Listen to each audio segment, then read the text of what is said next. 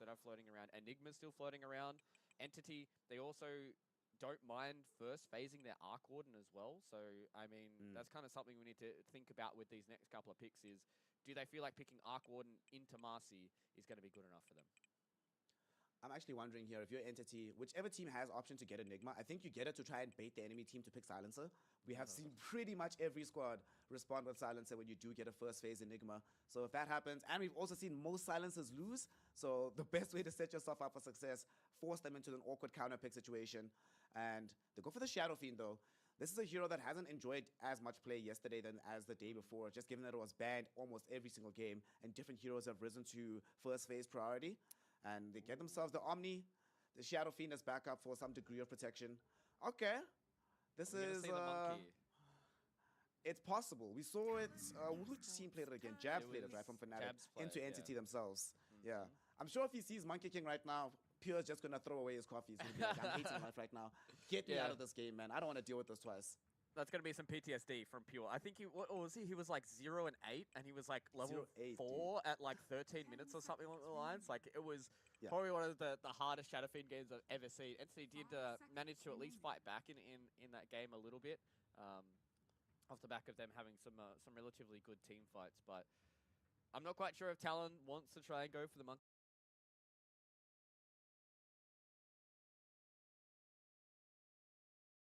Here, the Omni Knight really kind of makes that a little bit annoying. We've seen a lot of these other lanes try and put pressure on this safe lane Shadow Fiend. A lot of these heroes that like to get in the face of the SF. The Visage has been one of the ones that's been doing a really good job at dominating the Shadow Fiend. But we're just going to go with the Lina here. Hi. Юу энэ гад guys. Сайхан амарцсан уу? Өглөөний мэнд. За тэгэхээр өнөөдрийн эхний тоглолт буюу Entity Gaming эсрэг Talon Esports-ийн тоглоход бэлэн боллоо. Тэр тухлан сууж таалан суурхороо. За Entity-ийн пик бол ерөнхийдөө тодорхой байна. Shadow Fiend тэгээд хойноос нь бол Omni Knight-ыг оруулж өгчээ. Omni Knight-ийн Heavily Grace-ийг өмсөж байгаа тэгээд Shadow Fiend нь бол нэг лейн дээр явах бах. За харин түүний эсрэг бол Talon Esports-ийн Marcy болоо. Динаг пикүүдийг тус хийсэн харагдаж байна.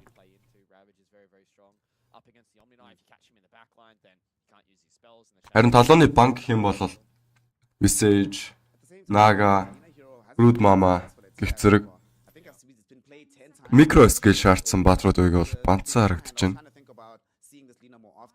Харин эсрэгээр Entity-гийн банк гэх юм бол Doom, Leshak юу гэдэг нь те Enchantress гэх мэт юм баатруудыг бандчаа. Хай даваад орч хай. Сайн уу залуу минь. Сайхан амарсан уу? За тий эхэллээ дээ. Одоо энэ чинь баг сүүлийн group stage-ийн тоглолтууд баха. Тэгэд ерөнхийдөө lower болон upper bracket гэж хуваарлагдаад 2 хоногийн дараанаас бол тэгээд тоглолтуудад эхэлчих нь гэсэн үг. За Talon-ы бангийн хувьд гэх юм бол нэмээд like-ынч бандчихлаа бүр. Мэдээж micro skill шаардсан баатар. За Entity-ийн зүгээс бол хариу зөвхөл буюу Shadow Demon-ыг бандж байгаа юм байна. The morning bro. Гал гархан дээ тийм ээ.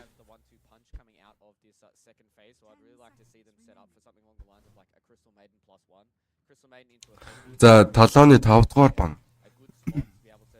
Delay бараг байхгүй шүү залуу минь. 5 бинөө 10 секундын delay тааж магадгүй. Delay-гүй хийж байгаа гэхдээ ерөнхийдөө бол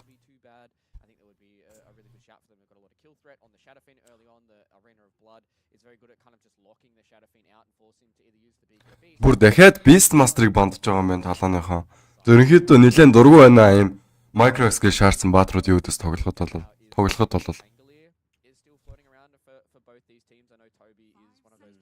бүгдээр амтан гаргана.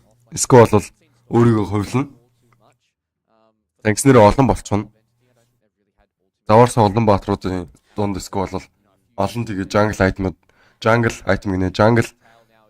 jungle-уудын дунд тоглох дургу байна да. Talon Esports-ийн одоо.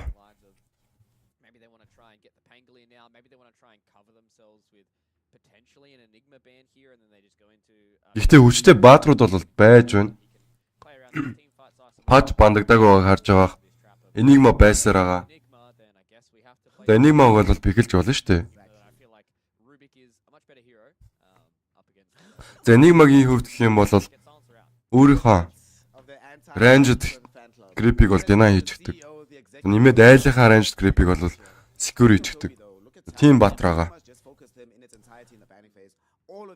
Demonic Conversation гэдэг skill нь бол бас lead дээр ч хүчтэй болчихсон байна лээ. Respect авч байгаа тэгээд элдөнгөнүүдийн damage-ийг boost хийж байгаа тэгээд сайхан tower push-л явдаг болсон байлээ.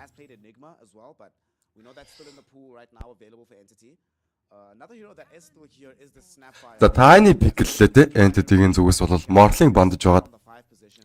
The Morling бандсан шалгаан нь бол угсаа ойлгомжтой харагдаж байна. The Tiny pick-лэхээр бол тэгээд Morling бараг бандсан зүйтэй байх. Угсаа ойлгомжтой. Morling-ийн хувьд гэх юм бол маш өндөр armor-тай болчихдог. Attribute shift-тэй agility тал руугаа тулгаснаар эснэр ерөөхдөө physical damage-нд бол нэлээд дэсвэртэй болчих юм да.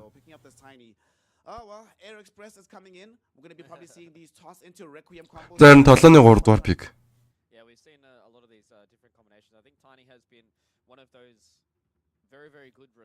За бүгдээрээ гоё реакшнгаа дараад ирцээ бүртгүүлээрэ гэж хүсье.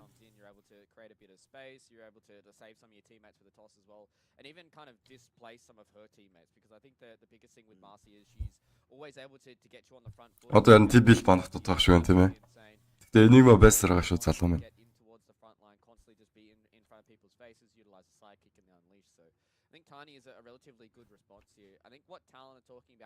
За энэ гурван хероны өдөс бол ямар херо авч контролж болох вэ? За Анаыг пиклж байгаа юм байна. Мэдээж CS-ийн сонгодог драфт. За Cook бол энэ баатрыг нэлээд сонгож байгаа. Тэгээд last chance qualifier дээр хосуулчихсан. Сайхан Анаыг пиклж байгаа л гурван хероны дунд дагардад орны үстэй Cook шиг. Cook бол яг тэгж тоглосон. Тэгж buyback-ингүүдэд дахиж өгсөн. Cook-гээс бол нэлээд шалтгаалсан. Last chance qualifier-т бол T1 багт.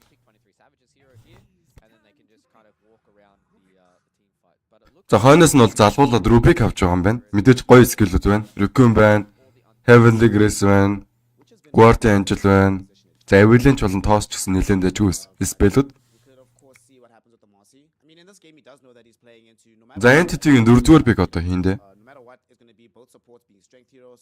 За Pro нэхлээд драфт гарч байгаа тэлээ заяа. Тэгэхгүй бол яг Dota ч нь бол 100 драфтнаас хамаардаг тоглоом болохоор тэрийг нь ялцгаана гэж хэлж чадахгүй байна. Гэхдээ ерөнхийдөө перформансыг нь ажиглаад үзэх юм бол Entity л авч байх гэж өвдөө бодоод байна шүү дээ.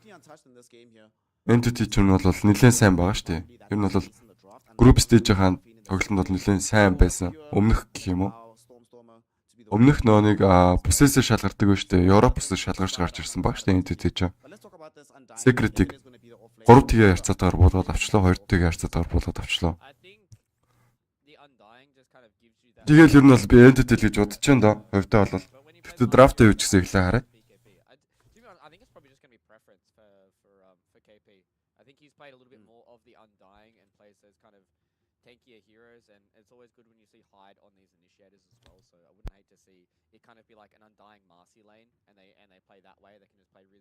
За та нараас бодлоо уулзч болно шүү. Аль нь ялна гэж бодож байна залуусаа. За Silencer ороод ирлээ. За хамгийн их пиклэгдэж байгаа херо ч гэсэн тэгээд win rate нь бол шалгаар нэг хөглөрч гисэн байсан Silencer-ийн. Шалаарч юу юм дээ. Ер нь бол хэмч өндөр биш байгаа.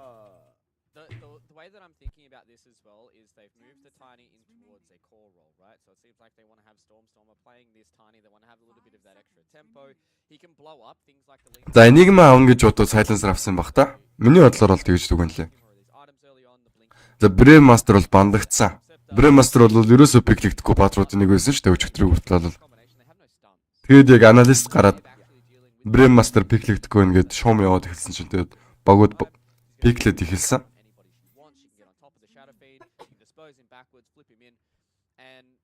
За Entity-гийн хувьд гэх юм бол reserve time бол том муу байна. За 8 секунд байсан. Нийт 16 секунд болчихсон байсан сая бол. За эцэн нь бол дрөөрэн шиг бандж байгаа юм байна.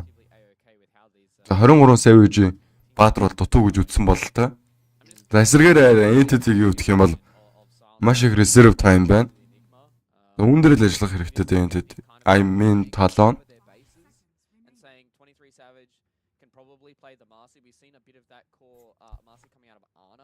За Talon-ы сүүлийн бан.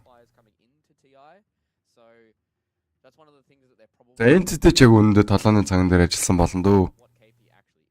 Айлахаар reserve time дээр сайхан бодоод тунгаагаад авах хэрэгтэй. Драфт харж байгаад. Тэгээд Sep ч нь бол нэлээд их Осын хурлын гишүүн шиг цааснууд барьчихсан явдаг байсан шүү дээ. Тэр шиг тэгээд Entity ч юм уу ялгаагүй бах. Бангийн ерөнхийдөө 30 секунд байдаг. За reserve time буюу нэмэлтээр 2 минут 30 секунд аль багт нь бол олгогддог байгаа. Түүнээс бол 8 секунд Entity багт олгогдож байгаа юм байна. Цагаа өөрчилсөн гэсэн. Одоогор нийт ерөнхийдөө 18 секунд байна. 18 секундын дотор бангаа хийх хэрэгтэй байна Entity баг. За харин Talon-ы сүүлийн бан бол Viper юм шүү залуусаа. За 4 3 за Slark-ыг бол сүүлийн хугацаанд бандж байгаа юм байна. За 23 Savage одоо ямар баатар орж ирэх вэ хамтдаа харцгай сонирхцгой. Тэг баг Marcy авчулаад юм л да 23 Savage байна. Marcy ч бас нэлээд хүчтэй carry болно доо. Тэг арайч Marcy-гаар тоглохгүй баг. За ингээд дийлийнх нь 23 Savage баатар аваад Morling байна, Draw Ranger байна, Slark байна.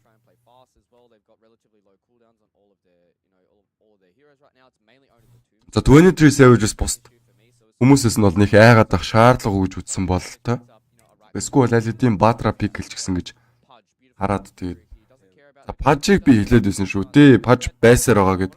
За Paj-ыг бол эцсийн үндэ авч байгаа юм байна. 23 Savage гэдэг Paj авчлаа.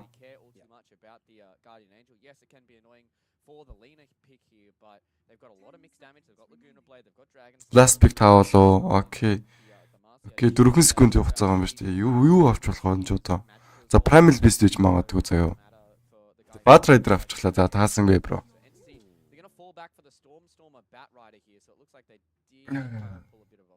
За Primal Beast гэсэн ерөөхдөө бандагдаг байсан.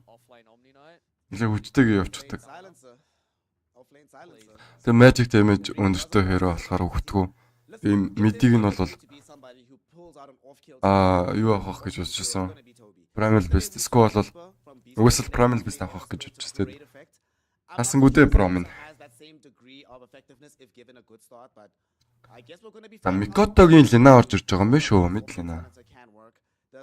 Ойлгомжтой ах угаасаа. За Mikotto-гийн Pangolier бол нэлээ номогтой доо. Mikotto-гийн Pangolier нэлээ сайн гэж хэлж болно ерөнхийдөө. Last Chance Qualifier дээр бол жинхэнэ амар байсан.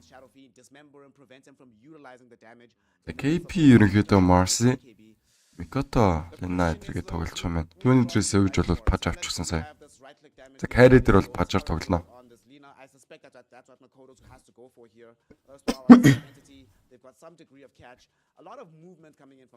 Харин Mikotto-гийн Pangolier бол мэд дээр гал штэ бро.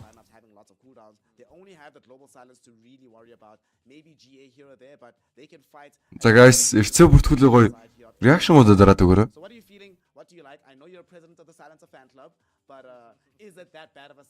Ядчихсан last pick tag гэсэн ч хугацаа байсангүй. Reserve time нь бүр 4 секунд болчихсон байсан да. Тэгээд ерөнхийдөө тааж чадсангүй.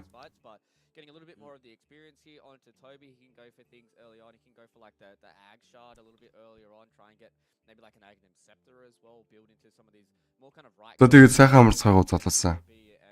Ажлын 2 дахь өдрийн мэндийг хүргэе. I think his lane's going to be relatively okay, right? Like he's going to be able to outrange the Pudge. He's going to be able to abuse the fact that he's pretty slow melee hero. So if he gets in towards this laning phase and comes out on top relatively okay, I think he should have a good game. But the biggest thing for me is тэгэл smoke дараал эхэлж байна да. Айлал талаас бол smoke-ыг дарж байгаа юм байна. Мэдээж илүү moments бэд өгнө. За эхлээд ward зоход бол нэлээд гоё айтем. За алга болж очиж байгаа бол тэгэл айлхандаа мэдэгдэхгүйгээр мэдийнхаа ward-ыг рүүн вишнтэйгээ хамт зоогоод авах хэрэгтэй. KP энэ ч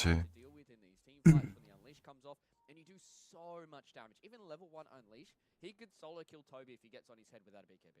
So I'm feeling like Talon's got this in the bag. I think they've got some really good answers. They're picking Rubik. They're picking these extra heroes. Whereas on the side of Entity, I think they're. За Shadow-Fiend бол Carrier role дээр тоглож байгаа юм байна шүү. За Anna-ийн юудээс бол гайгүй явчих бах. Support-оос бол шалтгаална. SF-ийн lane. SF-т бол маш гоё скиллүүдийг raise гээд. Raise-ээр бол сайхан grip-үүдээ secure-лж болно.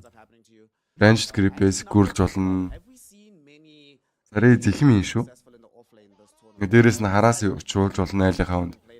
Теннисээ хөөж болно. За хайдагийн үед аль хэдийн диги гэдэг скил авчихсан. Тэгээд рүүнийх нь хажуу зогсоод байна. За 23 Savage хүүг орох боломжтой. За топ дээр хүүг орох юм бол тэгээд рүүн хөглөхээс юм байна.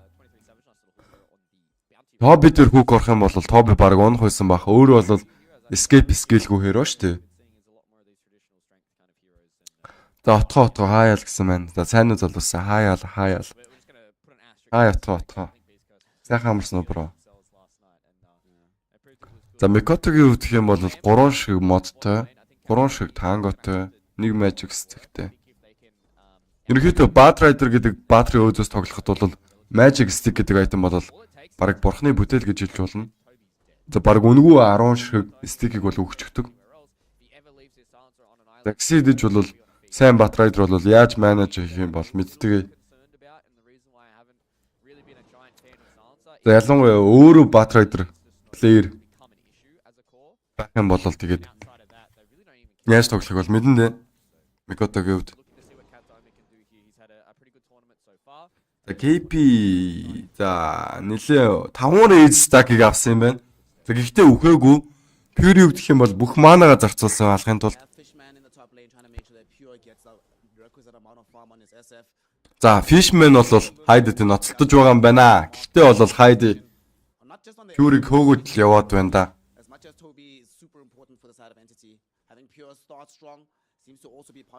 За өнөөдөр гаалаар хаагаа тийм ээ залуу минь. Би ч гэсэн тэгж бодож байна. За галыг хамтдаа асаацгаая. Миний хамтарч байгаарай.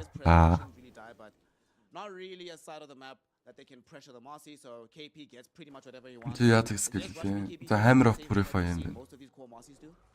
Энэ скилтэй болчихсон omniгийн үгдэх юм бол хуучин ч passive skill байсан. Dig an hour гэдэг ойртох юм бол удаашуулдаг. Тэр скил нь бол Hammer of Purify гэдэг өөрчлөгдчихсэн юм байна. Damage-тэй алхтаа болсон гэсэн үг. Алхаараа damage хийгээ зогчдог. Чи magic damage-ээр явдаг скил үстэй. За манагийн үт ч гэсэн ерөнхийдөө гайгүй. За pure damage юм шүү бүр. Хамгийн сайн damage-ийг бол учруулна гэсэн үг. За magic болон physical damages дээгүүр бичигддэг pure damage-үүд. За дотоо хоёрт бол үндсэн 3 damage-ээр явагддаг скиллүүд. За physical, magical, pure damage гэдэг. За pure damage гэх юм бол resist харгалзахгүйгээр ордог гэх юм уу? За хичнээн magic resist байсан ч гэсэн 500 бол 500-аар орно гэсэн үг. Энд ч Undying Tom хийсэн rebound disposing гэснээр pure өгж байгаа юм байна. За pure бол өгснээр тэгээ first load-ыг Talon Esports-ийн амжилттай авсан. За rebound dispose холбогдоод хойноос нь бол Tom дарчихлаа шүү дээ Undying-ийн хувьд. За Omni Knight нь өөр болохоор Miller болохоор шууд очиод SF-ийг аварч чадахгүй. За дахиад dispose, rebound, за pure дээр бол heavenly-гээс бол хийгдсэн pure. За 2 левелтэй болохоор ерөнхийдөө raise нь хүчмуутай байна.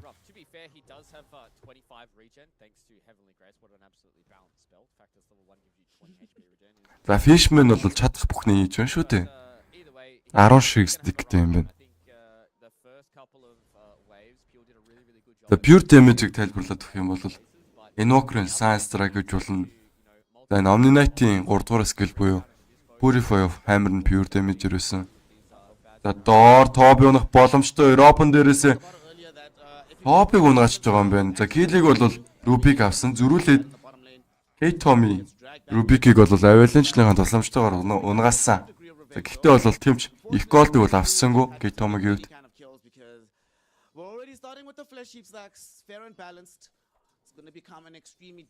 Одоо silencer offline юм бах та. За тийм байна. Топигийн үед гэх юм бол offline silencer тоглож байгаа юм.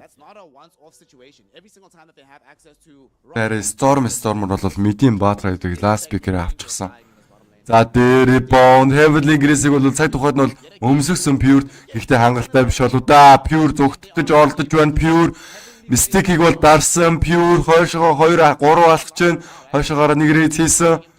За тэгээ өгч байгаа юм байна. Pure даврал бол байсангүй. За харин доор Fate болт 2 левелтэй K-Tommy дээр Telekinesis хэрэглэгдсэн бол алж чадахгүй 23 Savage. 23 Savage бол киллийг авсангүй гэхдээ Rubik бол киллийг авсан. Хоёулаа double kill болж балрах боломжтой хэвдчихсэндээ киллийг бол хийж гэж байгаа юм байна. 23 Savage өвдөх юм бол амиа хорлоо бол хийсэн. The Last Wars-ыг бол өөр дөр өгчихсэн байсан юм байна. Тэгээд өнөөдөр тааврын дор өгчлээ сая. Киллийг бол Silencer өөрөө авсан. The experience аваагүй. Тэр утгаараа бас давуу талтай.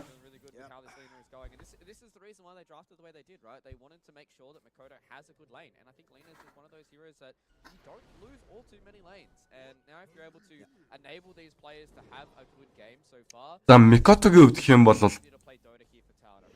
Dragon Slayer буюу эхний скиллээ 3 авчихсан юм байна. За LSS Stan 1 левелтэй Stormer. За Molotov шидсэн ч гэсэн хойноос нь K-Tom-ыг орж ирээд Avalanche тоосыг хэрэгснээр тэгээд Stormer-ыг аварж байгаа юм байна. За Mikoto-гийн өвдөх юм бол мэддэр давуу тоглоод байна.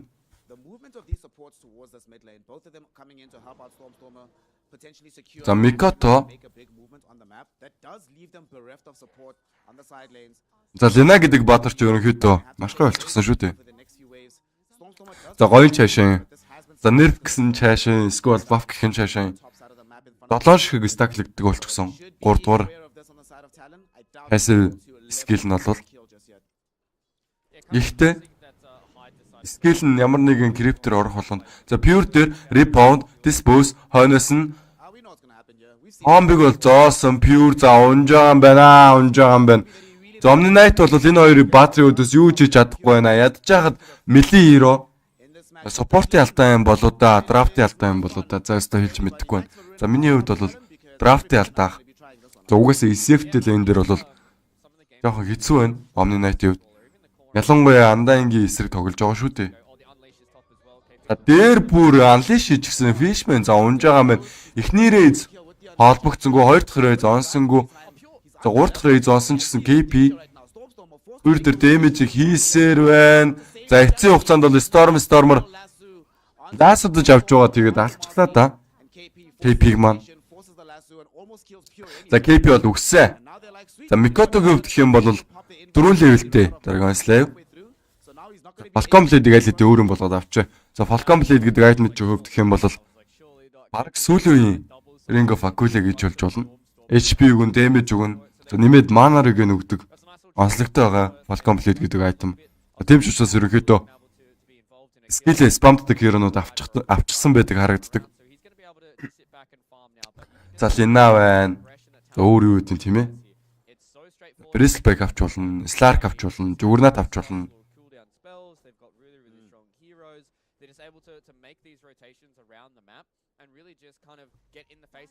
За Fishman-ийн хувьд гэх юм бол Heavily Grace 2 авчихсан юм байна.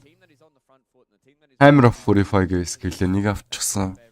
За Mikoto Deadly Rune-ыг олж хараад Deny хийх орлого за амжилтгүй. За зөрүүлээ сөрсөн ба зөвхөн Stormer хийж байгаа юм байна.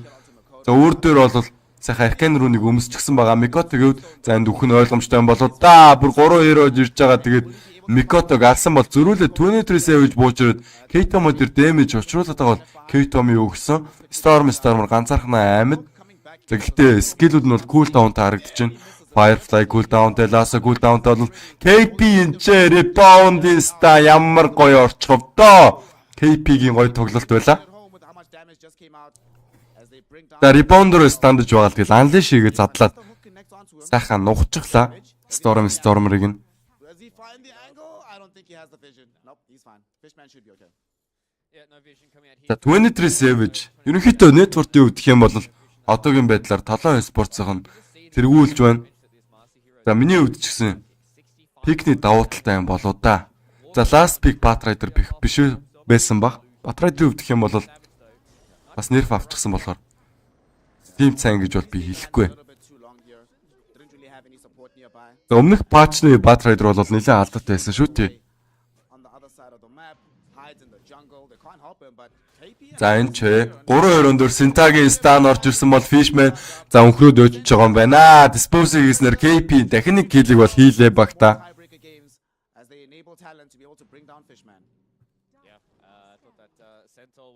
За хайт чинь юу гэ Tombo бүр тулгачихсан байна. DK-ийг тулгаагүй. За ихэнх андагийн плеерүүд бол DK-ийг тулгаа тоглодог. За энэ ч Тоби дээр килл хийх гэж оролдох уу? Тоби бол офлайн hero. 23 Savage хүүк бол зүрсэн Тоби моднууд яваад байна. За мэдж байгаа юм бол алга. За тип идэх бол за амжилттай юм байна. Ерөөсөө мэдсэн сасан юм алга. За айлсаа стаус хайди за илүү шүүрүүнийг бол securely давчихлаа. За дөргөөс лаванаас лагуна плейд гэж скиллүүдийн араараас шахсаар Fishman бол үгсэн хойноос нь Stormer-ыг хөөж байгаа. Rebound-ista амжилт бол айлсаа амжилттай Stormer Залуу граунд руу Firefly-ийн тусламжтайгаар буучглаа шүү дээ. За KP энэ ч зогсоод байна. Dispose байгаа, Unleash байгаа, Sidekick 4 levelтэй.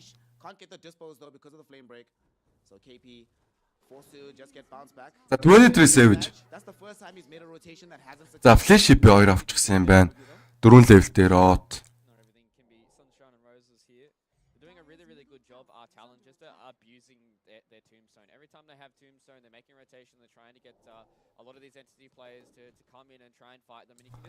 За юу вэ залуусаа? За нийт ч намайг баг 200-аар үнсэж байгаа юм биш үү? Facebook дээр 181 хүн, YouTube дээр 12 хүн байсан баха. Тэгээ бүгдэнд нь бол өдрийн мэнд. За өдрийн мэнд ч гэж өглөөний мэнд. Тэгээ хай залуусаа сайхан амарцгаав. Тийм эхний тоглолтыг бол миний Furi тайлбарлахад бол бэлэн болсон байна. Тэгээ гоё реакшнгуудаа дараа явчихаараа залуус минь. Драфтын үүдэх юм бол Talon Esports талдаа байх шиг байна.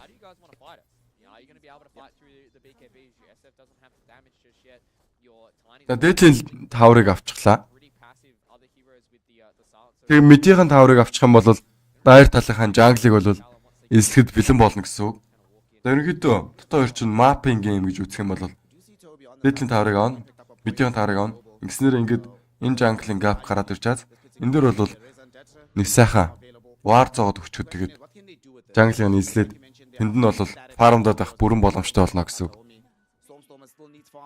Яг тавартай байхад бол jungle-дж болохгүй гэх юм бол энэ TP-д жирч болно, энэ TP-д жирч болно, энэ TP-д жирч болно. Тийм бооз. Энэ хоёр таврыг авснараа тэгээд ганцхан энэ TP-д жирч болно.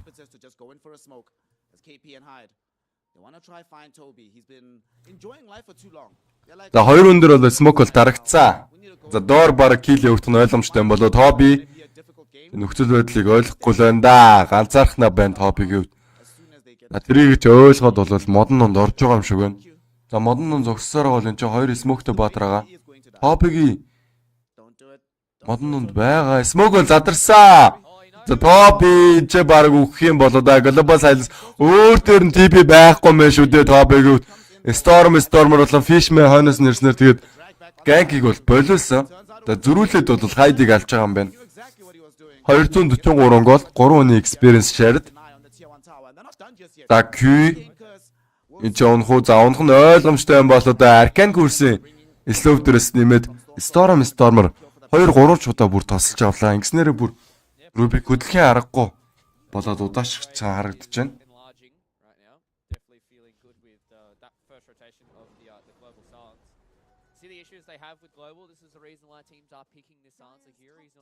За K-Tommy Avalanche бол 4 levelтэй, Toss 2 levelтэй.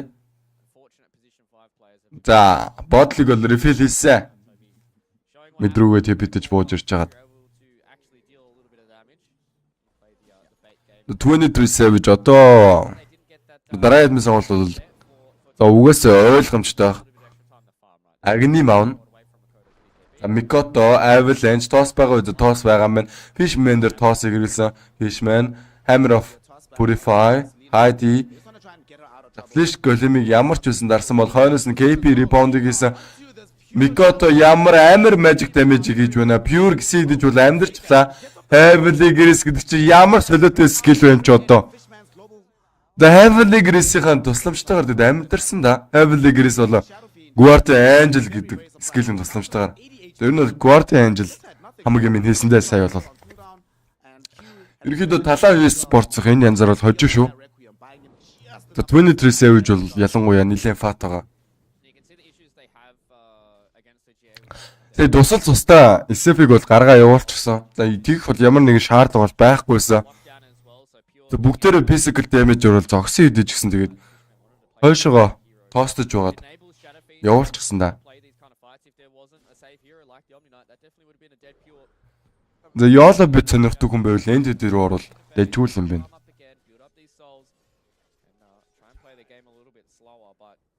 Ара аварчлаа шүү дээ бүр нэг HP-н дээрээс нь Heavenly Grace, Guardian Angel. Ерөнхийдөө Guardian Angel бүх юмыг нийсэн л дээ. За нэг HP-тэй ахт нь бол ерөөсө зохиод байсан. Дэнаа зогссон. За ерөнхийдөө бүх хүмүүс зогсон л доо. За тэгээд ерөөсө алж чадсангүй харамсалтайгаар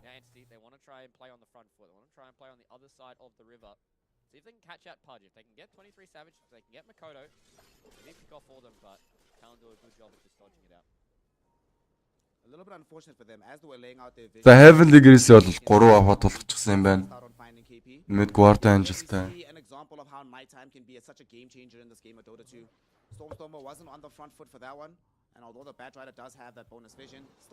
Харин драфтын үед Talon талтай ах шиг юм тийм ээ. Би ч гэсэн тэгэж бодож байна.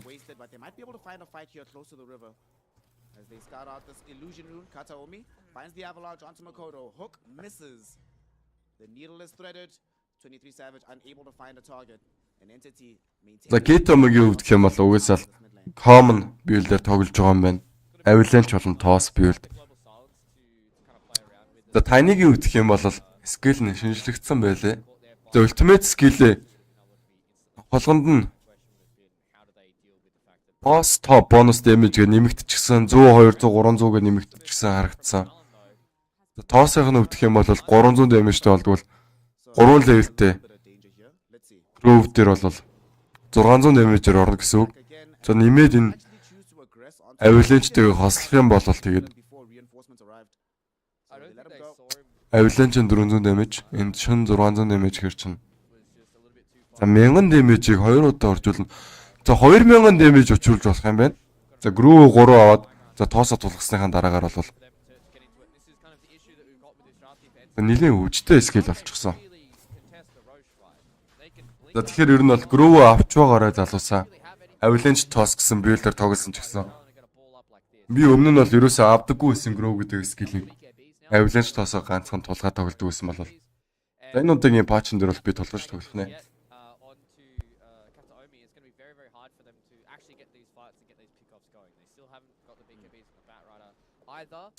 За Talon-ы пик давгүй хараг чинь нэмээд бүр Aegis авчихсан. Гэхдээ заяа Entity Bo2Ti найдвар бол байгаа. Тоби. За маш гоё плей ороод ирлээ. Fishman-ы. За Heavenly Grace-ийг өмсгснөөр ерөнхийдөө Тобиг бол аварсан. Нэмээд ямар нэгэн зүйл хийж чадах уу? Yolo бит сонирхдаг хүмүүс байл тэгээд Entity рүү орж болно. Тэр ерөнхийдөө пикний хувьд гэх юм бол Talon талтай байна.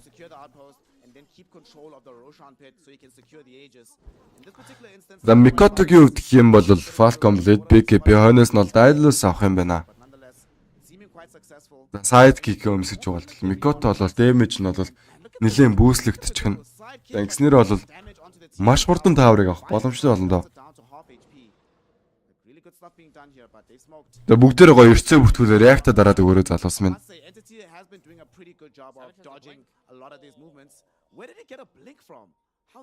За Keto mid бол ерөөсөө мана байхгүй харагдаж байна. KP-гийн smoke бол задарсан. энэ ч өөрөө 23 Savage балрах боломжтой юм болоо да. Global Silence хэрэглэгдсэн бол 23 Savage дээр лаасаг бол хэрэгэлсэн 23 Savage тэсээр за багаараа бол маш гоё Guardian Angel бол өртсөн. Entity баг. Тэгсний улмаас тэгээд 23 Savage болон Hydra-ыг алчсан. Guardian Angel-ийн тусламжтайгаар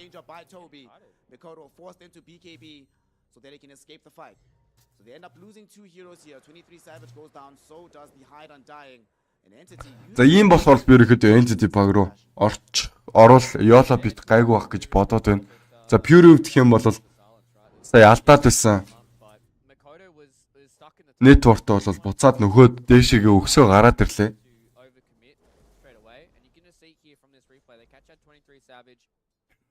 За дахин юу болсныг хамтдаа сонирхцгоо. За Furi энэ ч Lukumi задлсан шүү дээ. За араас нь бол шууд Guardian Angel болоо. Heavenly Grace-ийг бол багийнхандаа Fishman өмсгсөн нь бол харагдчих. За KP-гийн Star онсон ч гэсэн тэгээд Fishman-ыг Force-той гаргачихсан юм байна. Тэгээ Heidi болоо 23 Savage бол тэгээд үхчихсэн. За Kaga Banshino жицээ.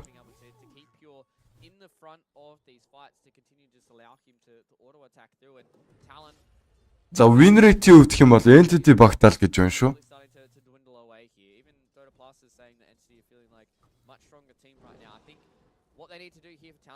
They need to try and catch out either Toby or Fishman. They need to try and take one of these two heroes out of the fight, and I think that's when Entity really starts to fall apart. За Idol-стай Linaч бол нэлээд чанга зөхөндөө сүүл рүүгээ. За mid дээр Stormer TB-дэд бууж ирж байгаа юм байна. За mid-ийн таврыг бол авъя л гэж юм шүү.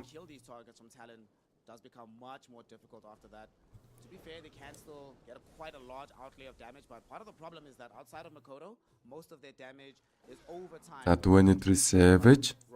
За Entity багийнхан бол доод талдаа байна. Харин Talon Esports-ийн бол дээд талдаа байна. За Stormer-ийн хувьд гэх юм бол Bounty руу нь болоод кермалчихсан юм байна. За нөгөө талдаас Mikoto Bounty руу нь болж байгаа сайхан кермалаад авлаа. Тоби эвгүй байдалд байна. Зайдны сонголтын хувьд гэх юм бол Hurricane Pike юм байна Тобигийн. За Southeast Asian Dota гэсэн шиг л тэгээд Pixel драфтыг нь харж байгаа. Naruto. Manta ч тэгдэж штэ нэг удаагийн өөрийгөө хувилгачцсан. Manta-гийн illusion. Manta бол олон удаагийн юм байна уу? Ирсэн тэгээд. Тэгээд illusion рүүнийг бол нэг удаагийн Manta гэдээ удаа явчихдаг. За яагаад гэвэл яг л Manta гэдэг бүх зүйлүүд illusion рүүнд бол байдаг. Гэхдээ illusion рүүний illusion-гууд бол илүү танки байдаг. Manta-гаас тэр талаар бол нэлээд даваа. Нэлээд ч жаахан даваа хаа. Сэдэж бол damage-ээр бол Manta-гаас дутмаг юм шиг санагддаг.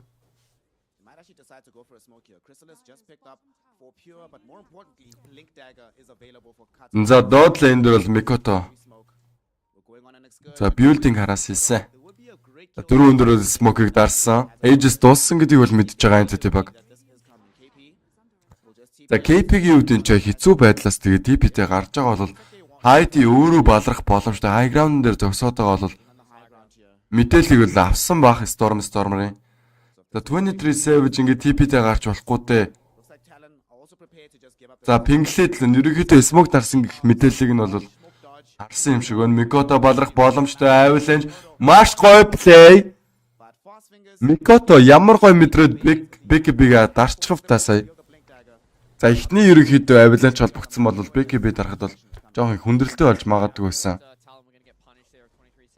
Тэрнээс өртөөд бол BKB-гээ асаагаад дарчихлаа.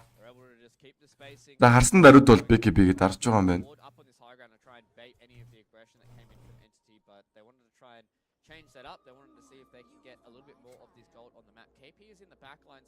За KP-ийн үед энэ ч Telekinesis rebound dispose байгаа global silence хэрэглэгдсэн бол KP BKB дарсан гэсэн ч хамаагүй бололтой pure last-ын дээрсэн damage хийж байна. Avalanche toss hide дээр явагдсан бол hide унах уу? За тэр оронд бол Q-г унгаад авч чаджээ. За нэмээд hide-ыг ч унгаачлаа.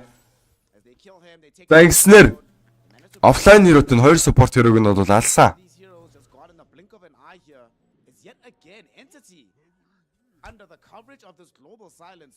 За Talon бол баг багаар адвантаж бол алдаад байна. За ийм учраас би YOLO бит сонирхдаг хүн байвал Entity баг талдаа тавьчулах зүгээр ингэж хэлсэн. За түүний трис авиж бол ажиллаа хийж чадахгүй байна. Сайн уу хата. Өглөөний минь залуу минь. Talon уу харин гайгүй ч үстэй кил хийхэд бол хөндөрлөлтөөс харагдаж байна. Тэгээд харцгаа хийдүүлээ. Юу болох нь вэ? Тоглоом бол дөнгөж 25 дахь минутын дээр явж байна. Сайн хоолд хийж чадах юм бол тоглоом 2 цаг үргэлжлэх боломжтой байгаа.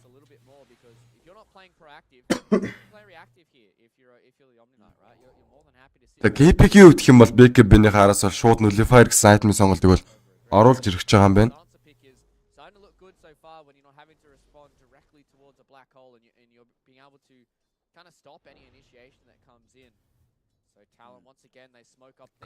За Toby.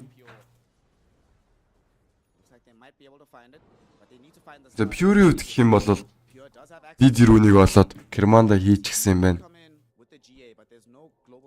BKB юу хин наул гэж Лэнад ойл хэдэн BKB байгаа шүү дээ. Түүний трес авиж юу KP BKB-тэй. За бүх хүмүүс BKB-тэй юм биш нөгөө талууныхаа.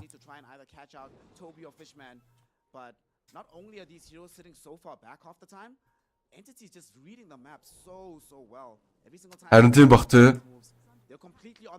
TV fight-ийн скиллүүд бол нэлээд их байна шүү дээ. Entity баг талдаа бол Recon байна. Global silence байна. Heavenly Grace болоо. Guardian Angel-ыг яаж мартах вүлээ хэдүүлээ одоо.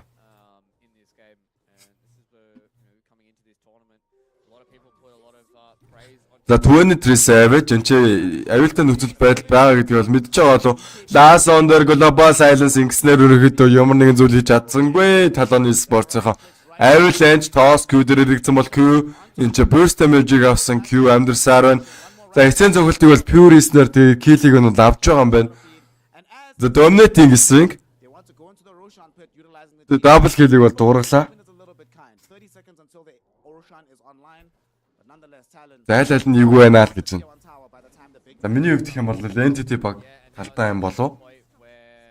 За яг одоогийн байдлаас харах юм бол лаас өргөлөгдчихсэн байгаа. Global silence-аас сэргэлэгдчихсэн байгаа. За энэ дээр нь сайхан ажиллаад smoke дараад төрсэн базааг бол хийчих мээрэн Talon Esports-ийн гол нь скиллүүдийг нь хүлээгээд байна. Өндрөө хай залуу минь юу вэ? Тийм учраас тэгээд байна алдаад байна. Тан чи яагаад удчих та 700 RP за авто болгочих тэгвэл. Ядаж. За ийм юм дээр би бас үзмээргүй 160 RP гэж арай гайг боллоо.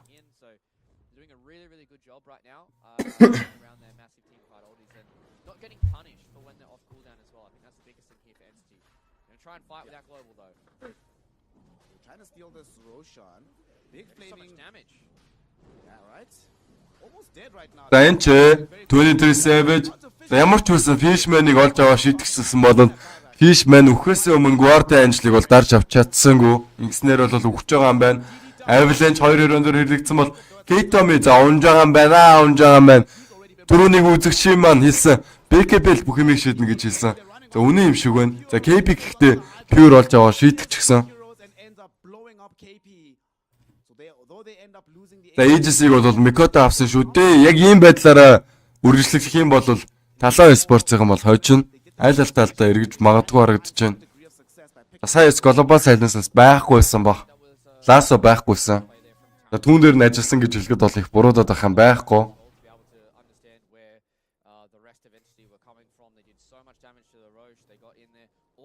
got stolen there by Stormstormer as well as Cat the Omi, but they did a good job at utilizing their BKBs and punishing the fact that Global Silence was on cooldown. This is one of the drawbacks of this here. It's a very, very long cooldown on Global Silence. Харин тэ Omni-Knight унчих юм бол тэгээд ерөнхийдөө Entity Bo2Ti healing байхгүй болчихно. Heavy Regress байхгүй болчихно. Strength boost бас байхгүй болчихно. Тэр ч утгаараа тэгээд зөв орноос эхэлсэн байх шүү.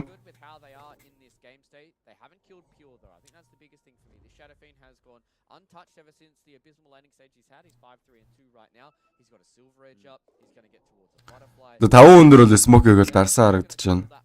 Who's going to have the most damage in this team fight? Is it going to be the Shadow Fiend or is it going to be the Lina? These are the two questions that I've got with these two range kind of cores. And Entity, they want to use and abuse this. За mid roo. They've got the GA as well. Shadow Fiend doesn't have Requiem for another 10 seconds. За 4 канны дуртын давуутай байна. Talon Esports-ийнхаа. They don't really have vision, so they're going sort of blind into the Talon side of the map. Not really aware of where these heroes are packed up. Talon very happy to occupy this dire jungle and wait with the. За K-Tom-гийн хувьд гэх юм бол одоо Force авах юм байна. За ингэснээр бол холоос бүр холоос. Avalanche toss гэсэн скил бол сайхан хэрэглээд авах боломжтой. За Avalanche-ийг хэрэглэж байгаа сайхан. Өөр хан багийнхаа хүмүүс рүү тоосыг бол хийн гэсэн үг. They can decide how they want to use it a little bit later. If they want to use it for a push or try and force a fight. I mean, they must be frustrated not finding fights after so long, so they'll probably just be like, let's get a tier 2 tower, boys. Yeah, they can definitely play around this Aegis. They've got 2.5 minutes. За K-Tom-гийн хувьд гэх юм бол тэгээд ойлгомжтой харагдаж байна өө. Айтныхаа сонголт Монголд бол тэгээд. За багаараа явж байгааг харж байгаа. За энэ удаагийн TI дээр ч ерөнхийдөө нэлийн SF carry-г үзэх гээд байна уу, яах гээд байна. Өчигдөр ч юм бол сайхан Artezi бол SF-ийг carrier бол тэр бол нэлийн хит удаа дараад авсан. The win probability was literally 50-50 a minute ago. Now it's 51% towards Entities. So this is a very tight game here between Talon and. За 50% болоод ирсэн шүү. Тото баф энэ probability. Game here for Talon. They've got Team Secret a little bit later this afternoon. This is their winnable series. They still can take a game off Team Secret, but if they can get the 2-0 here, we're going to have some good little tiebreakers in Group B. За Mikoto-гийн хувьд гэх юм бол physical damage өндөр байгаа учраас Tower-ыг зөхөх үүрэгтэй. За Pudge бол угаасаа юу гэж тэгээд Tower зөхөд байж ахав. Хэдий base damage өндөр ч гэсэн тэгээд Tower зөхөд бол тохиромжгүй өрөө. За тийм учраас тэгээд Mikoto л Tower зөхөөсөө аргагүй байна.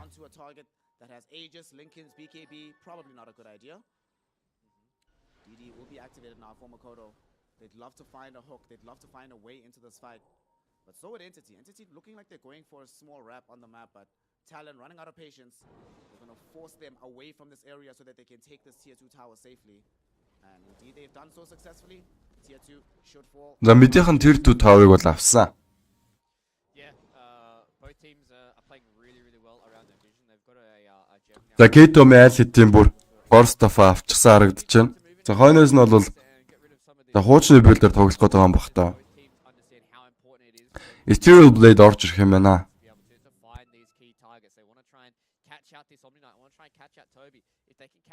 За 200 үзэж байгаа хүмүүстээ бол баярлалаа. За сайхан реакшнга дараад эрцээ бүртгүүлээ явуулчихаарай.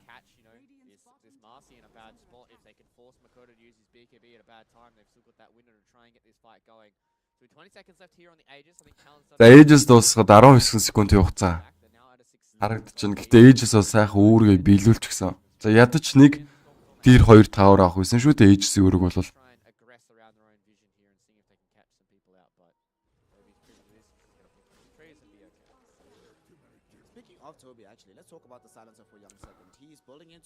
За одоо л биш бол хэзээ гэж Entity Bo2Ti. За одоо л smoke дарж байгаа сайхан. Би тэг хэрэгтэй байна. За KP-г бол аль хэдийн олоод авчихсан юм байна. Global Silence сэрэлэгдсэн. За хойноос нь KP. Яа. Гараа явчихлаа шүү дээ KP-гийн үед. За Big Bender-ээс TP-т орлого бол амжилттай байсан. Global Silence Ласо баг бүх скил нь бол өөр дөр шахаад хэрэглүүлчихсэн. За энэ нөхцөл байдлаас бол өөртөө одоо smoke тарж аваад хариу сөрсөн базаг бол хийгээд бол нэлээд сайн байна.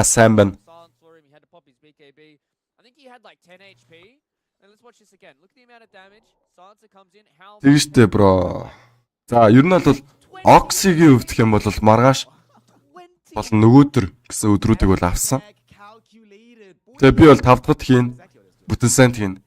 Тэгээд энэ 7 хоногийн хуваарийн хувьд гэх юм бол 1 дахь, 2 дахь, 5 дахь тэгээ бүтэн сайд шүзааю залуусаа. Зарим нөгөө өдрүүдэд нь бол Oxy каст гинэ.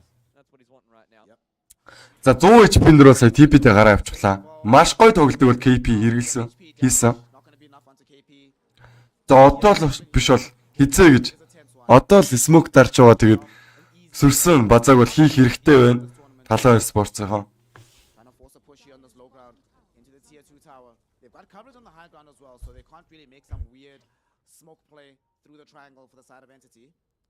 Still being patient about this. But back to the silencer for a second. Should we be angling towards the refresher or Octarine core rather than getting Witchblade at this moment in time, given how important the global... За топиг өвдөх юм бол Hurricane Pike-тэй. За хойноос нь Sight of Vice буюу Hex орж ирэх юм байна. Харин тэглээ тий. Үлээгэд унахаар байлаа штэ бро. За KP-гийн маш гоё тоглолт бол орж ирсэн сая.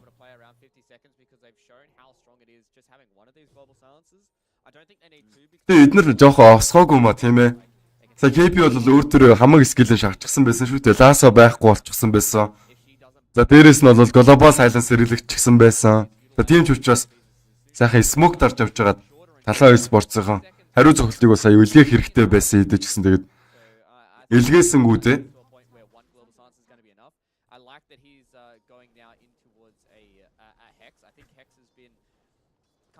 Тэгээд одоогийн байдлаар гэх юм бол лаасаа унсчихсан, глобал сайленс унсчихсан болохоор тэгээд скиллүүд нь activate болохын ирээр smoke-ыг бол дараад тэгээд хариу цогцолтыг бол хийх гээд авилан зэрэглэгдсэн бол KP, BKB дарсан глобал сайленс хэрэглэгдсэн.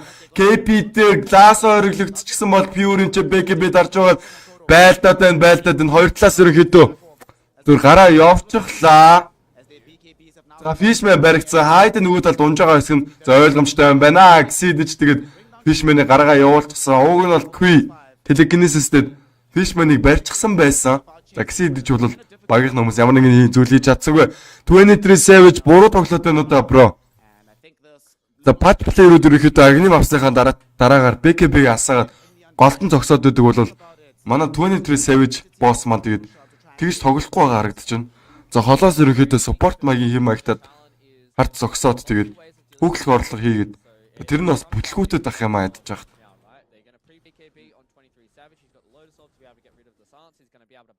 Тэн ч одоо хэд дэх рошон бэ? За 2 дахь уу 3 дахь уу? За 3 дахь рошон шүү дээ тий. За refresher shard Moscow агнимтай тоглоно. Өнөөдөр багууд ерөнхийдөө best of 2 цувралыг хийж байгаа шүү бро. Тэгээд group stage-ийн тоглолтууд бол баг өнөөдрөөр дуусж байгаа харагдсан уу яасан? Тийм бах өнөөдрөөр баг group stage-ийн тоглолтууд бол дуусж байгаа. Тэгээд нөгөөдрөөс бол best of 3 матчууд бол үргэлжлээ явна. Жинхэнэ тий чинь нөгөөдрөөс эхлэн шүү дээ залуусаа. Энэ хүртэл бол group stage-ийн тоглолтууд явагдана. 4 баг хасагдана. Үлдсэн багууд бол lower болон upper гэсэн бракуудад хуваарлагдана гэсэн үг ээ. За Stormer энэ ч за Hyde-ыг ерөнхийдөө лаасадж авч байгаад pure shit гэсэн бол за Talon Esports-ын зүйлс бол ямар нэгэн зүйл хийж чадсангүй Hyde-ыг аврах.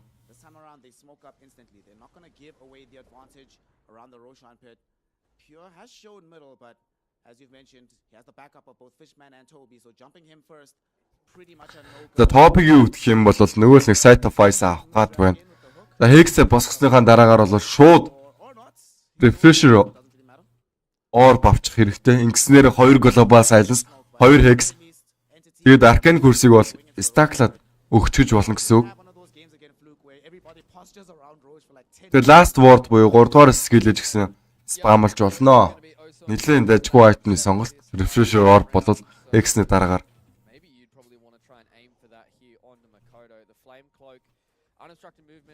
за 200 үзэж байгаа юм байна штэ. Ямар гоё юм бэ залуусаа. За бүтээрээ гоё эрцээ бүртгүүлээ реакшнга дараад өгөөрэй.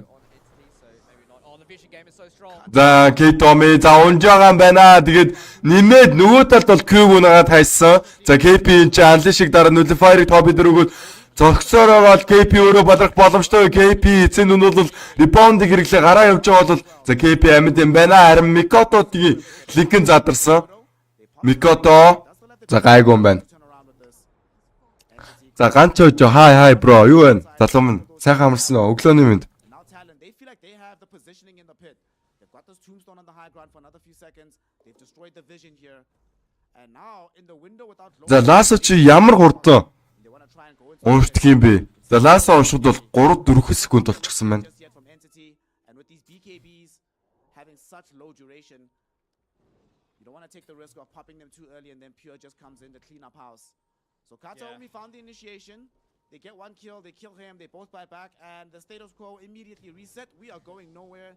We're chilling, man.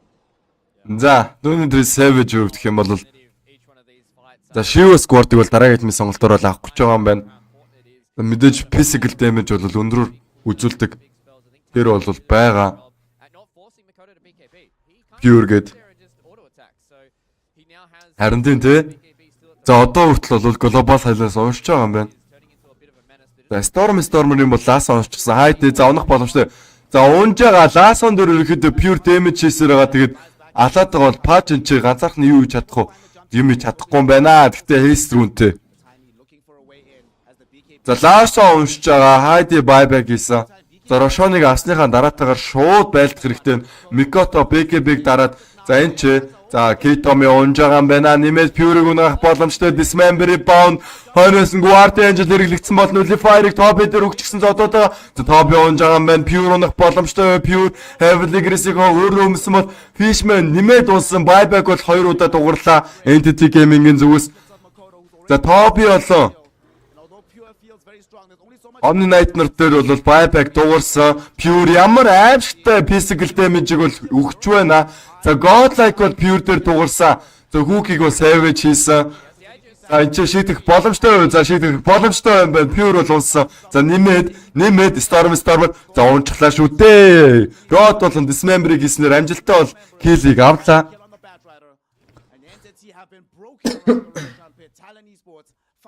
За ийм л тоглолтыг бол би хүсэж байлаа Talon Esports-оос.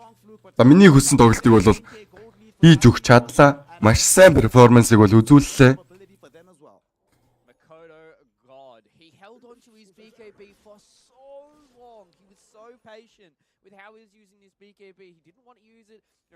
За дахиад нэг харцгаая rebound time. За Pure бол чадах бүхнээ хийж байгаа нь бол харагдаж байна. Гэхдээ draft-ийн ялгааг маш харагдаж байна. За Fishman өхөөс өмнө бол Guardian Angel-ыг дарсан юм байна. За Toby яаж унснаа бол ойлгомжтой байна. Guardian Angel-ыг өөртөө өмсчихсэн байсан идэж гисэн. Тэгээд Nullify гээд skill чинь бол нэлээд чанга хатуу байсан байх шүү дээ. За тийм ч учраас бол унлаа. За сайхан Purge хийж байгаа л тэгэл алчсан байна.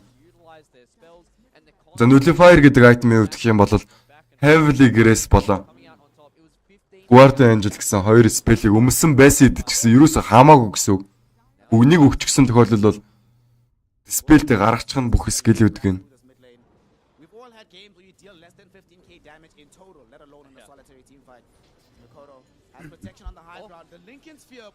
За нэмээд дахиад алчсан юм байна Stormer-ыг Pure унах боломжтой юу? Pure Rukumi-г модон унаас хийсэн бол BKB-г дарж байгаа. Savage-тэй man fight хийж байна. За Savage өвдөх юм бол Cheese байхгүй гэж гэсэн өөр төр нь бол cheese байгаа маань cheese ийдсэн. За Pure унах юм бол тоглоом дуусна. За тоглоом бараг дуусж байгаа юм байна. Buyback байхгүй юм байна Pure. Rukumi байхгүй. Global Silence байхгүй. Ганцхан Lasso байгаа. Тэгээ Lasso-го харин түүнтэй л үчирч оруулаад зэрэглэж чадах нь байна. За тэр л байна. За Buyback бол дуурсан Stormer дээр. За нэмээд Rotten дээрээс за ерөнхийдөө Fountain руу оруулах гэж оролцсон идэж Rotny slow бол үнэхээр аимшигтай байна. Toast-од бол Savage-ыг оруулсан идэж Savage маш хурдан хугацаанд Ghost-ыг авч тэгээд өөр дээрээ дарсан. За дараагийн айтмын сонголт нь бол Refresher юм байна. За эхний геймийг бол Talon Esports-ийнхаа авах нь гарцааг болж байгаа тэгээд авлаа та. Пикний ялгаа гэдэг чинь л энэ шүү дээ залуус минь. Маш гоё тоглолтыг бол харууллаа бид нарт. Миний хоолоо өвдчихсэн байгаа шүү бас. Хэ. Oh my god, what a game from Talon. The way that they played that Roshan fight was insane. Яй. За хоёр дахь геймээрээ. Эд бол цосгүй бол арай өөр юм сонирхож байгаа тэр хугацаанд. За юу гэж бодож байна? Reactive to everything that was coming in. They had the global silence at almost perfect times. They were utilizing the Guardian Angel Force KP to go. Гил ярьцаа удахгүй гарах байхаа. Тэ анзаарч чадсан. Ямар ч байсан Pure тэр Beyond Godlike дуурсан да. Сэдэж бол тоглоом дээр ялагдчихлаа харамсалтайгаар. Fnatic үзэхөө те. Тэр оронд цаахан Fnatic-ийн тоглолтыг үзээ гэж байгаарай. Хоёр дахь драфт явагдах хооронд нь бол за миний хувьд гэх юм бол доошоо буугаад нэг жоох юм уух хэрэгтэй байна. За юу. Fnatic дууссан юм шүү ч одоо. Зарай өөр юм үзье. За Beast Ghost Team Spirit хоёрын тоглолтыг сонирхох залуус минь. Тэгээрээ за юу. Нэг төр зуртаа үзээд байж байгаарай за.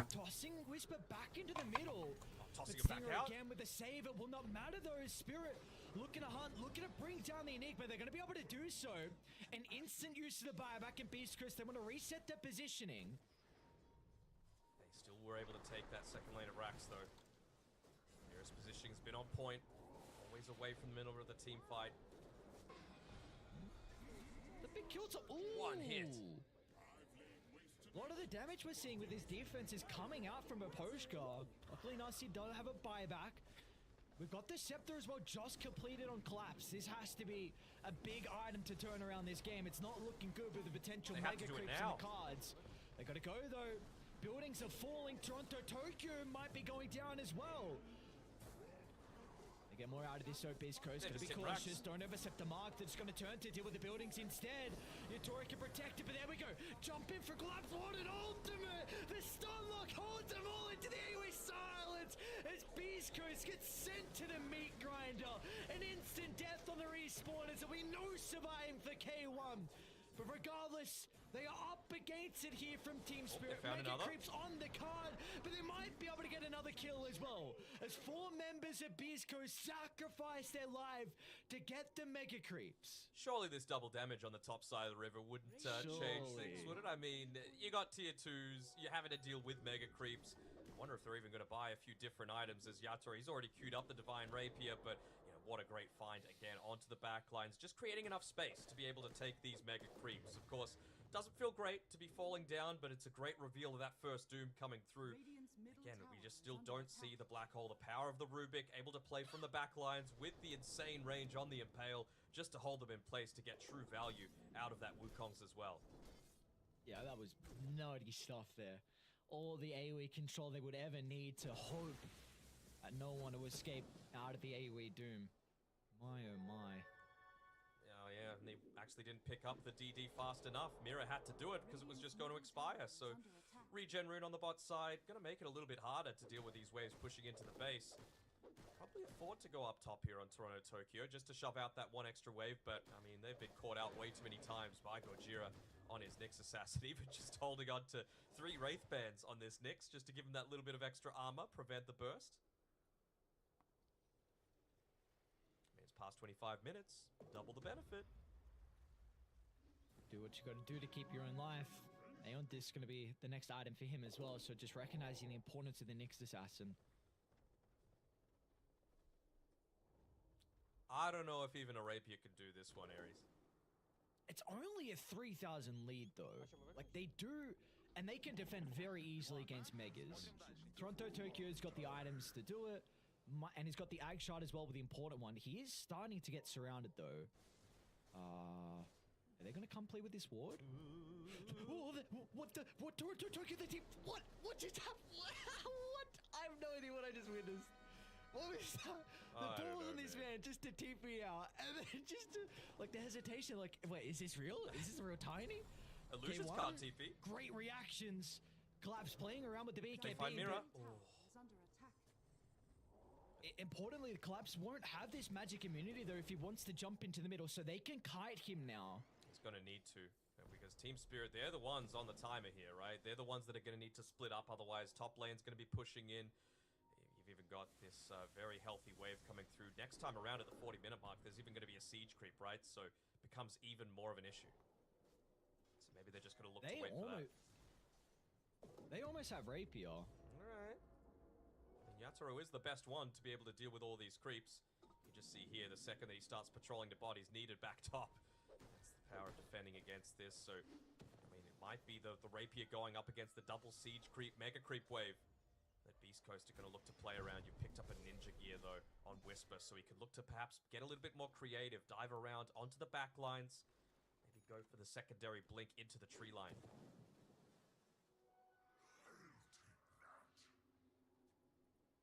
They gave the tome to Yatoro as well, so I think they just gave him the tome. What just happened? Not sure.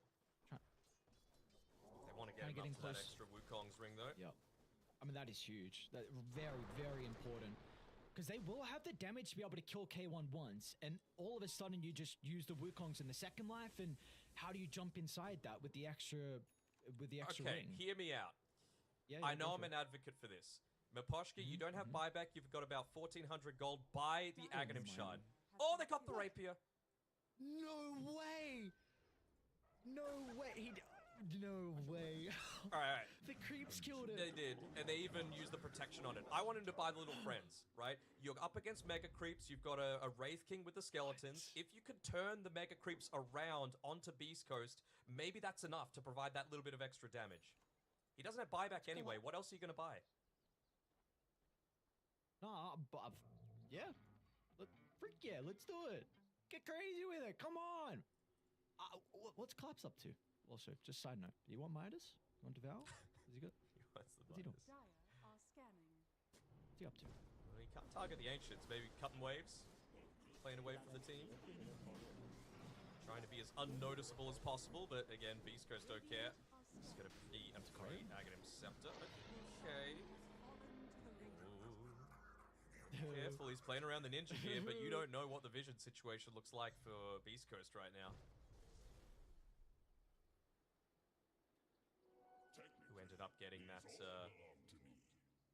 actually the Aghanims given over to K1, so you're even going to have the Shadow Fiend able to continuously get those right clicks going in these fights. You might just Zerg the Ancient as well, right? Zerg. Alright, nerd. Calm down. StarCraft references. I'm a gamer. Come on, Miposhka. Buy the little friends. I want to see it. I want to see Mega Creeps turned on their owners. Bro, he's got one Mega Creep. Look at this. Just acting as a guardian. No one stands in between me and my base. What? What the? Yatoro. Okay. Don't deny it, bro. I thought he hit the tower. Like, what the hell's going on? And then I'm like, oh no, this dude has got way too much health. Also, there's the creep. Kind of just blink for the last second, saw a right click. Toronto, Tokyo, they're gonna see the tiny. Ooh. Welcome back. Ooh, they get the jump. Trying to blow up the Nyx Assassin, and just gonna be able to protect him for the moment with the fall. K1 just assassinates and Whisper finds the opening. The black hole now onto 3.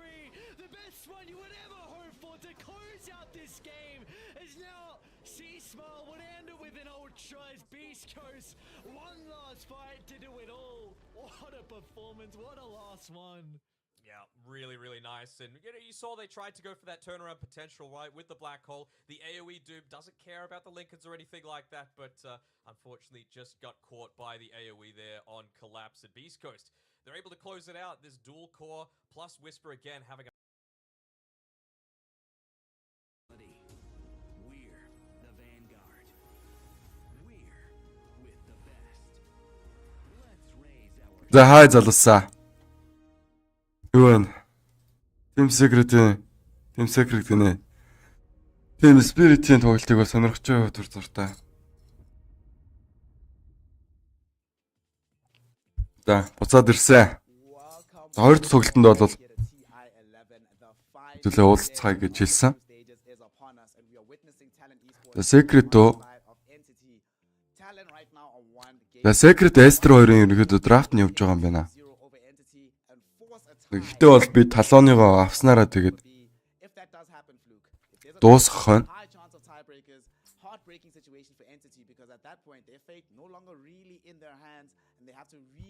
За нэг харьцаатаагаар дуусгах уу? Эсвэл бол хоёр тийг харьцаатаагаар дуусгах уу? За одоо бол би Talon-ы л тоглолтыг бол тайлбарлана. За Entity Talon хоёрыг угаасаа анханасаа тайтл дээр бичээд ороод ирсэн болохоор тэгээд энэ хоёрын тоглолтыг л бол тайлбарлана гэсэн үг дээ.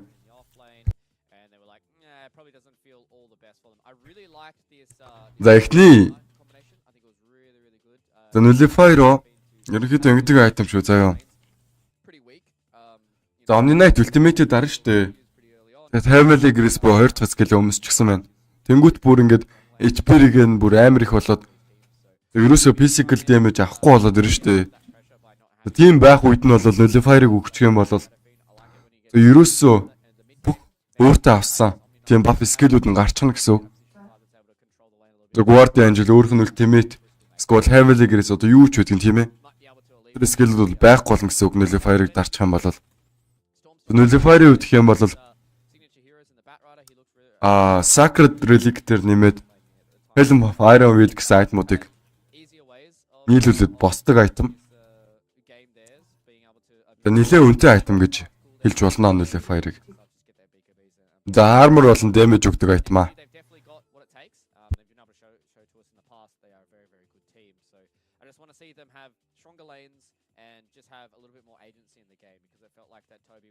Pretty much just running around and being scared most of the time and couldn't really do much damage, but you know they were still abusing the global stance, which was nice to see. Хуучин бол Nullify mute хийгээд бүр item ашиглах боломжгүй болгочихдаг байсан бол BKB дарсан үед dispel бол хийхгүй. Зөвхөн dispellable skill-үүдийг л dispel хийнэ гэсэн үг. Гэхдээ BKB дарсан үед бол Nullify-ыг өгч болдог санагдаад байна. Би буруу санджиж магадгүй. Entity had one of those heroes, things could have looked a little bit different. It's not just Stormstormer jumping forward and it's like, well, Lasso's down, what can we do? We have no more initiation. If they had more of that, maybe if Toby was playing one of these heroes, it could have been different. But going into game 2, is it still going to happen that these two heroes are ignored entirely in the draft? I think that Entity this time around probably would prefer to try and have... За энэ тоглолт чи яагаад эхлэхгүй байна вэ? The priority did go towards Talon this time around and they chose first pick as well. So Entity, they get Dire again and Talon, they get first pick again. So things along the lines of like the Marcy, the Primal Beast, Enigma. We've seen a lot of teams start to first phase Nyx Assassin. Tiny is definitely not a bad shout either. So I think for this game, Entity probably want to try and ban out maybe the Marcy plus the Shadow Fiend, and then try. За Альбагийн дэмжиж нэрхэдөө.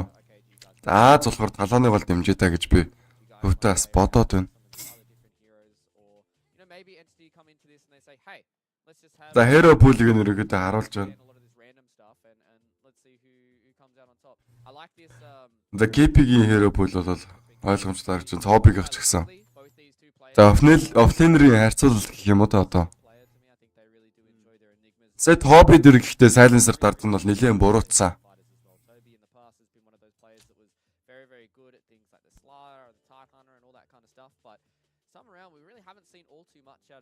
Either of these two offlaners when it comes to these team fighting heroes. So I want to see Toby on something with a little bit more agency. I want to see him something with a stun. See him with a little bit more team fight going around, and maybe Entity should be able to play fast pace because they played relatively fast pace, even though they were the ones that were relying on the cooldown. It just so happened that they couldn't keep that kind of pace up forever with the kind of drop that they had for themselves. I mean, we saw the importance of Toby in the last game being expressed by. За шууд Visage-ийг бандад эхэлж байгаа юм байна.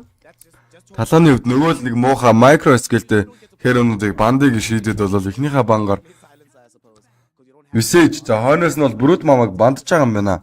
За Entity Gaming-ийн зүгээс гэх юм бол Doom болон Mars гэсэн хоёр баатар бол бандагдсан.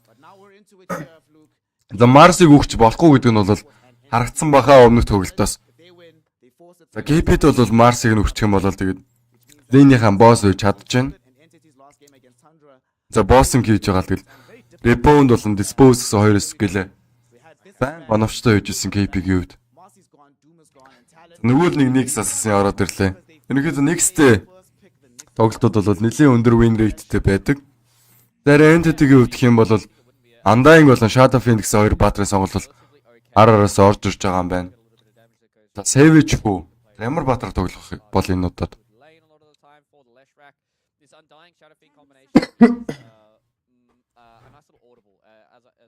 За хоёрдугаар баатрын драфт.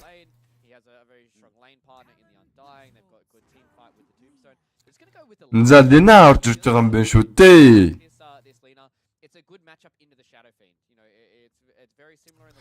За дахиад ерөнхийдөө Микотогийн Лина ороод ирлээ. Тэгснээр ерөнхийдөө Q4-дөр нэг сэнаар тоглох. За Лина бол мэдлээ. За эсрэг талаас бол Carrier бол төрний Shadow Fiend-ийг авч байгаа юм байна. За нэмээд өмнө алдсан Undying бол энэ удаад өөрсдөө тал болгоод авахтлаа. За аль нь очих бол гинэ. Тэстэ хэлж мэдэхгүй. Миний хувьд гэх юм бол нэг харьцаад байгаа Entity баг л дуусах юм шиг санагдаж байна. Энэ удаагийн тоглолтыг. Тэр бол ерөөсөө хэлж болохгүй. Talon Esports-ын бол нэлээд сайн тоглосон. Өмнөх гейм дээр бол тийм ч учраас бол ялагдсан харагдаж байна. This is the lesson. If you do a good enough job, you can tell your captain what you want to play and he'll be like, "Alright, I got you, fam. We'll pick your Lina for you again." And I love the next assassin, just the information gathering that this hero is able to accomplish on the map. За нэмээд Nagag бандчлаа. Нөгөө л нэг драфт явагдаж байна да. Banning draft. Гадна micro skillтэй баатруудыг бандж байгаа. Бангийн хувьд гэх юм бол энэ удаад Mars орж ирснээр ялгаатай харагдаж байна. За нэмээд Lycan бандагдлаа. Яг л ижилхэн өмнөх бангуудтайгаа ижилхэн байна. Talon Esports-ын бангууд бол Lycan-ийн өдөөс л тоглох дургуун байна. Ерөнхийдөө micro skillтэй баатруудыг бол өгөх дургуун байна. Одоо сая өмнө нь манай нэг үзэгч хэлснээр одоо ч ихэнх TP л дарах дутаа байх шиг байна. Бандаа бол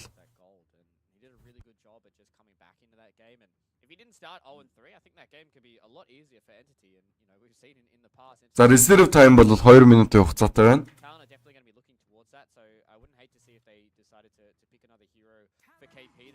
Зөвсөж байгаа бүх хүмүүст бол өглөөний мэнд. UB хотод бол 11 цаг 21 минут болж байна одоогийн байдлаар. Сайхан амарцгаас нь. Ажил төрлөө юм байвал ажил төрлөөсөөс үзэж байгаа. Тэг хичээл сургуультай хүүхдүүд байвал бас үзэж магадгүй бүгдэнд нь сайн үгээ хэлчихье. Тэг бүгдээрээ гоё реакшнгуудаа дараа бэлтгэл бүртгүүлээ яваарай.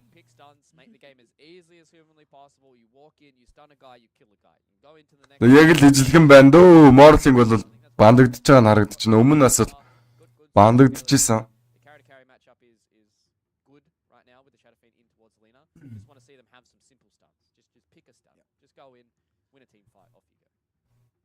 Let's see what options do they have for stuns. They can still play the Crystal Maiden with that Frostbite, which we've seen have just massive success at the tournament. They could, I guess, go for the Snapfire as well, but kind of complicated into the Nyx Assassin. But I'm fully with you. Get as many stuns as you За 92 үзэж байна. За удахгүй 150, эсвэл 200. За 300 ч хүн үзэх боломжтой байх. Үзнэ гэж найдаж байна.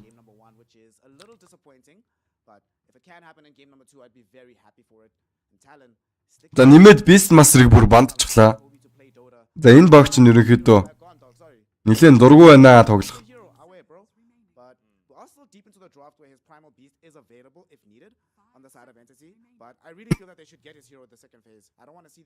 Micro skill-тэй баатруудын өдөөс бол тоглох нэлээд дургу байна. Бүр нэлээд ч дургу шүү залуусаа.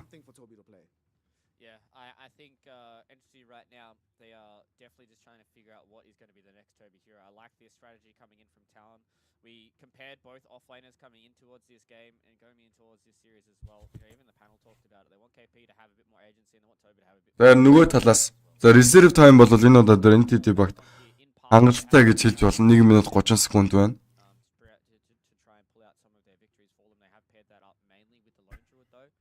Wouldn't hate to see a Pommel Beast ban here for Entity as well. I think KP is probably eyeing that one off. You can just go, you know, Snapfire into the Primal Beast here for Talon and you're probably going to be pretty okay with how this game's going. You want to have a hero that gets on top of the Shadow Fiend. You want to have a hero Тийм Entity бол нэлээд судалсан юм шиг байна. За нэлээд балер хиронуудыг бол бандж байгаа нь харагдаж байна. За эсрэгээр Entity баг бол Talon багаас одоо ямар хөрөө бандах бол ерөөсөө мэдэхгүй юм байна. Нөгөө л нэг бичиг цаасаа барьчихсан тэгээд. Энэл цэцгийгээ сууж байна да.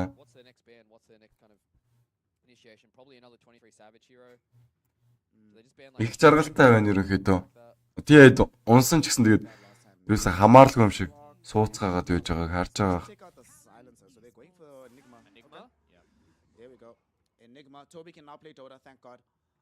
For Talon Esports, I wonder what the response from them is going to be. I really like this Enigma pick. I really think Toby needed to be able to play Dota. This actually might set them up for the Stormer Invoker as well, because we've seen that when Shadow Fiend is very successful, he can play with these massive. За Enigma ороод ирлээ дээ. За Enigma л бандагдах дутуу байсан. За Enigma бол оруулж ирж байгаа манай. Гэхдээ Enigma-гаас ерөөсөө айхгүй гань харагдчихын Talon баг бол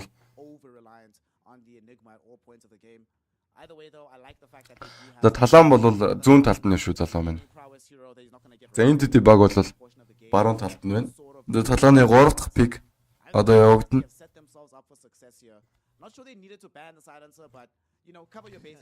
За Silencer бол 5 дахь бангийн драфтер ороод ирлээ. Тэгээ бандагдлаа Silencer-ийн хувьд. Entity beat Tundra. This could be the difference between staying in the lower bracket or actually going home right now for Entity. За Panga оруулж ирэх үү гэж байна уу? Тэр Mikoto-гийн Panga гэхдээ амар тэ залуусаа. За Panga орж ирж болно. За харцгаая. За Enigma-гийн Elton-уудыг цэвэрлэхийн тулд бол тийм нэг олон тарагдад spell бол хэрэгтэй байна. За Pangler орж ирж болно. Downbreaker ороод ирлээ шүү дээ. Энэ бол ойлгомжтой. За KP-гийн Downbreaker ах.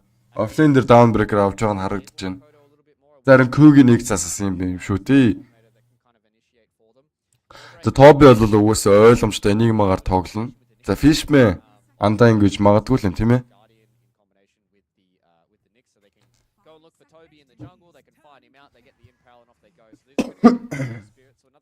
За Pure бол SF-ээр тоглох нь ойлгомжтой ах.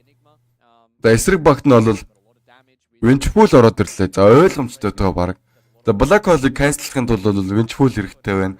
За нэмээд SF BKB дараад Recum-ыг хэрэглээс өгөж байх хооронд бол Winchpool swap хийснээр SF Recum-ыг бол зогсоочихно.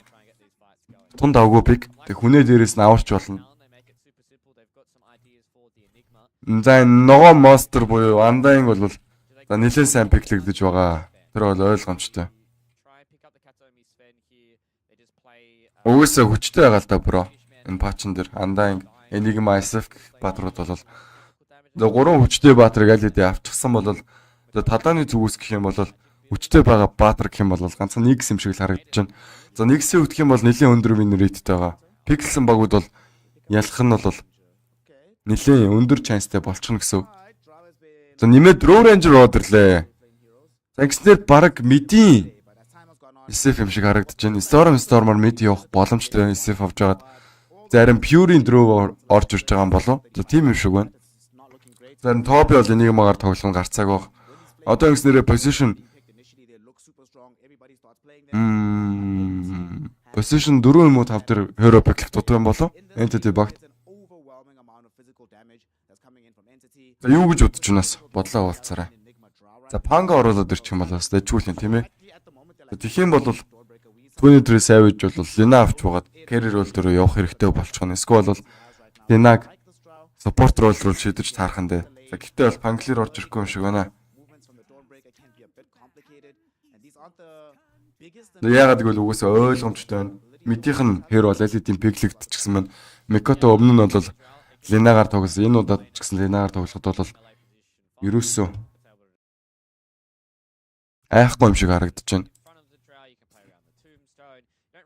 Шууд 2 дахь пикээр драфтараа пикэлсэн шүү дээ. Яагаад гэвэл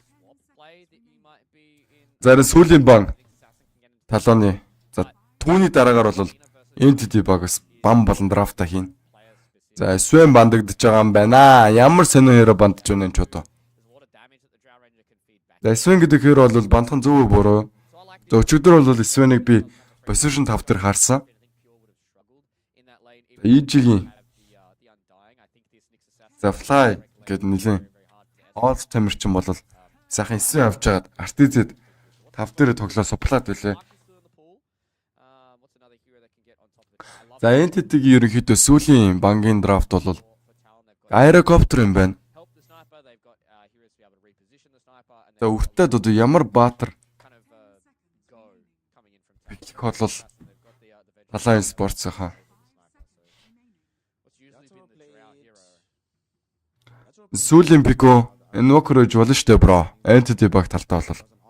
Зарим Talon Esports бол ерөөсөө I don't know man.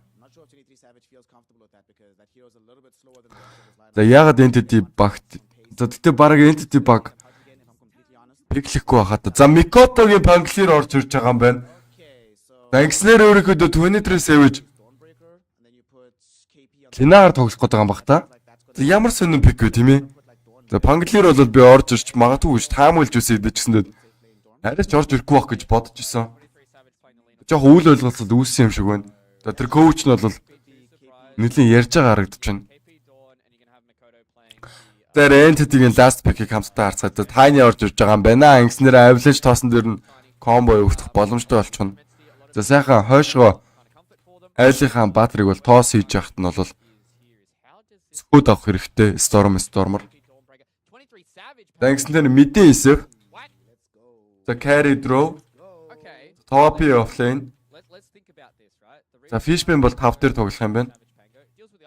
Зарим K2-ийн дахин нэг хайныг бол харах нь дээ. За жаргалтай үг бол харж байна. Talon Esports хаа. Пикэнд бол нэлээд сэтгэл хангалуун байх шиг байна.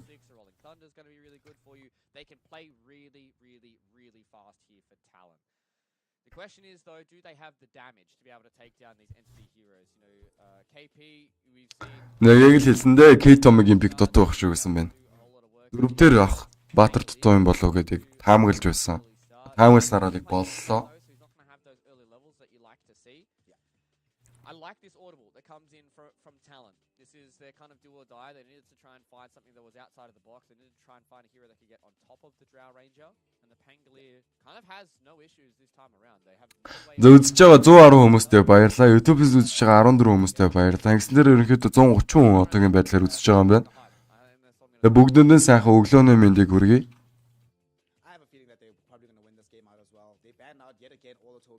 Тэгээд бүгдээрээ гоё реакшнгуудаа дараа явуулчихаарай. Сүүлд орж ирсэн хүмүүсээ бас сайхан эрцээ бүртгүүлээрэй гэж уриалъя. YouTube-с үзэж байгаа үзэгчдээ бас сайхан лайк дараа явуулцгаагаарай. Бүгдэнд нь бас хайртай шүү залуусаа. За тэгээд тоглоомыг бол эхлүүлье.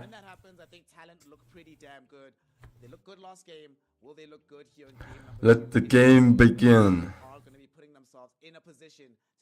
За хоёр талаас бол угаасаа smoke дарах нь ойлгомжтой. Ингэснээрээ мэдээж илүү moments бүд бонус аавна. Тэгээд төрүүлээд ward-ыг бол зоох боломжтой.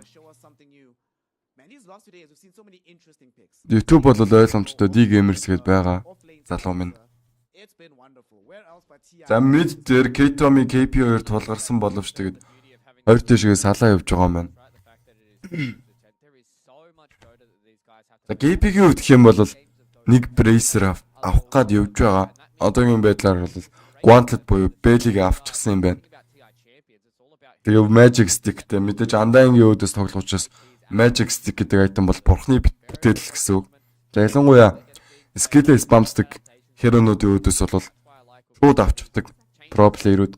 За skill spamдаг херо хэлэх юм бол Shadow Fiend гэж болно, Undying гэж болно, Bad Rider гэж болно. Өөр нэлийн олон баатрууд бол байгаа. За Bristleback ч гэсэн байж болно. Bristleback бол ерөөсөө пиклэгдэхгүй харагдаж байгаа. Угаасаа суулгаа юм чи яаж пиклэгдэх вэ те Bristleback. Нэг 700 болохгүй бол бас арай л юм тийм ээ.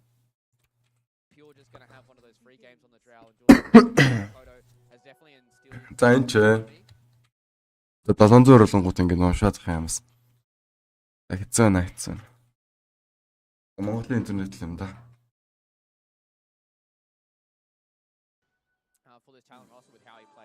За 23 Savage Pangler байсан байна шүү дээ. Энд ч одоо carry дээр Pangler пиклж байгаа юм байна. За ингэснээр дахиад Mikoto Линагаар тоглох юм байна. За midden lane дээр гэх юм бол Лина давуугаа аваад явчих гэж би хөвтөд өгөнж байна. За автаа болгоо доо. Яах аргагүй. Нилээн бас уншилттай байна. Гол бол За Микотогийн өвдөх юм бол Dragon Slave гэсэн скил авчихсан юм байна эхний левел дээр. Ингэснээрээ сайхан ranged creep-үүдийг бол сайхан securely явуулчихна гэсэн үг. За Fishman багахан хэмжээний хараасыг бол хайд дээр өгсөн. За Furi өвдөх юм бол үгүйсээ ойлгомжтой тоглох баг. Нэгдүгээр скиллэд тулгаа тоглоно. Ингэснээрээ Frost Armor нь бол нэлээд өндөр дэмэжтэй болчихно гэсэн үг. За Pure. За Frost Armor ерөнхийдөө KP-г харааслаад байна. За KP-гийн үүдэх юм бол эцүүлэн явах нэ явах нь. За Undying болон Draw гэсэн хоёр хероны үдээс бол нэлээд хэцүү явна. За Undying-ийн үүдэх юм бол хамаг strength нь бол DK-ийн тусламжтайгаар хорчхон. Түүн дээрээс нь бол бонус дэмэжтэй Frost Armor бол нүдчихнэ. Гангснэр ерөөхдөө KP-д хоёулын боломж бол олдохгүй байх гэж би хувьдаа дүгнэж байна.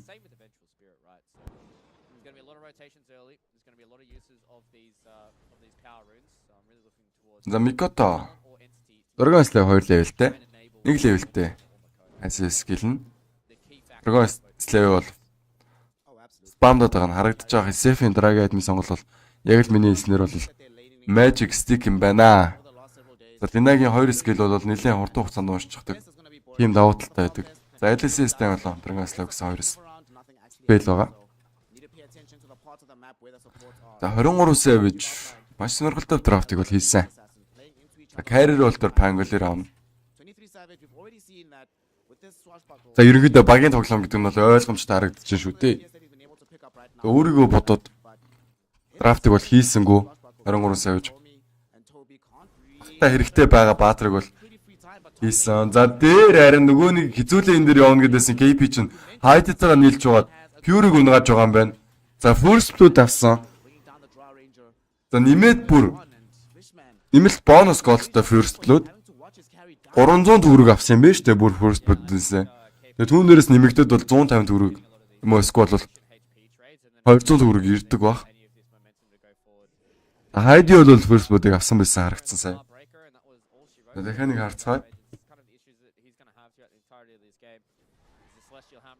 Юм папи юу гэдэг вэ? Дэнс харж болохгүй юм байна л да. За Q-гийн үүдэх юм бол Spike болон MP-лээ тулгаад тоглоно. За манай бүр нь бол Late game дээр бол нэлийн чанга spell. За ялангуяа Intelligence буюу Enigma-гийн өөдөөс бол нэлийн чангатай орчихно. За MP дээр Swashbuckle маш гоё connect хийсэн. Нэмээд K-Tommy Spike-ын дээрээс нэг зогсож харагдах юм. За тэнэйлэх гэсэн орлого бүтлгүүцсэн. За KP-ийн өвдөх юм бол гайгүй л яваад байна одоогийн байдлаар. За мэдээлэл энэ дээр бол Mikoto угаасаа лейн дээр яах нь ойлгомжтой. Dragon Slave бол угаасаа OP skill. За лейнийхэн грипүүдийг зэгүүрийгээд авчих нь Ranger грипээ зэгүүрлэх нь нэмээд дээрээс нь хараасыг бол SF-тер уцруулаад байх боломжтой доо.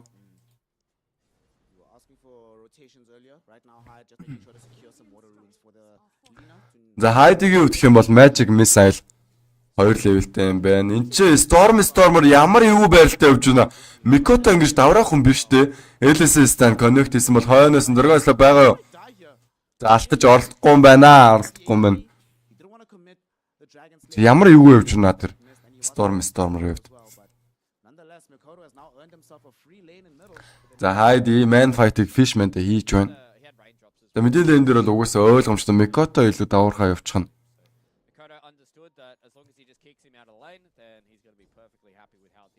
За Draw-ийн өвдөх юм бол Power Threats-тэй болчихсон юм байна. За харин нөгөө нэг Top-ийн өвдөх юм бол Arcane Boost-тэй болчихсон. Ингэснээр ерөөдөө Demonic Conversion буюу 20 дугаар спелээ сайхан спамлаад элтинүүдийг гаргаад авах боломжтой. Дээр Fishman ямар гой Magic Missile хойноос нь Celestial Hammer connect хийснээр тэр Kelly-г бол KP авч байгаа юм байна. За Pure бол эндээс бол ямар нэгэн зүйл хийж чадсангүй.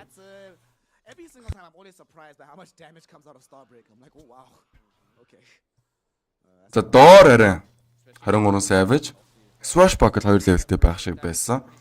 За Q-гийн Impel бол connect хийсэн хойноос нь Tommy Avalanche болон тоосыг ирсэн 23 сая явныг зөвлөж чадах уу? Тригger авч аваад Q-дээр дахиад нэг зогсох уу? Дахиад нэг зогсох юм бол Q нь за унж байгаа юм байна. Tommy-гийн гоё плей ороод ирлээ сая болол. Kataomi with the boots, very happy to be able to catch up to the Nix assassin who lacked them at this point. Tommy. Yeah, that was a trade that just kind of went for a little bit За of Malefice-ыг бол 23 Savage төрөл дарчихсан сая. 2 левелтэй Malefice байсан. Харин Deadline-ийн хувьд гэх юм бол KP тундагуудын тоглоод байна. Succeed-ж бол last hit дээр бол Draw Ranger илүүрхэж байгааг та бүхэн харж байгаа. Kobe's going to have a pretty fast wraith pack. They're going to be okay with how he's going. Going to go for an earn early on though. Okay, I like this.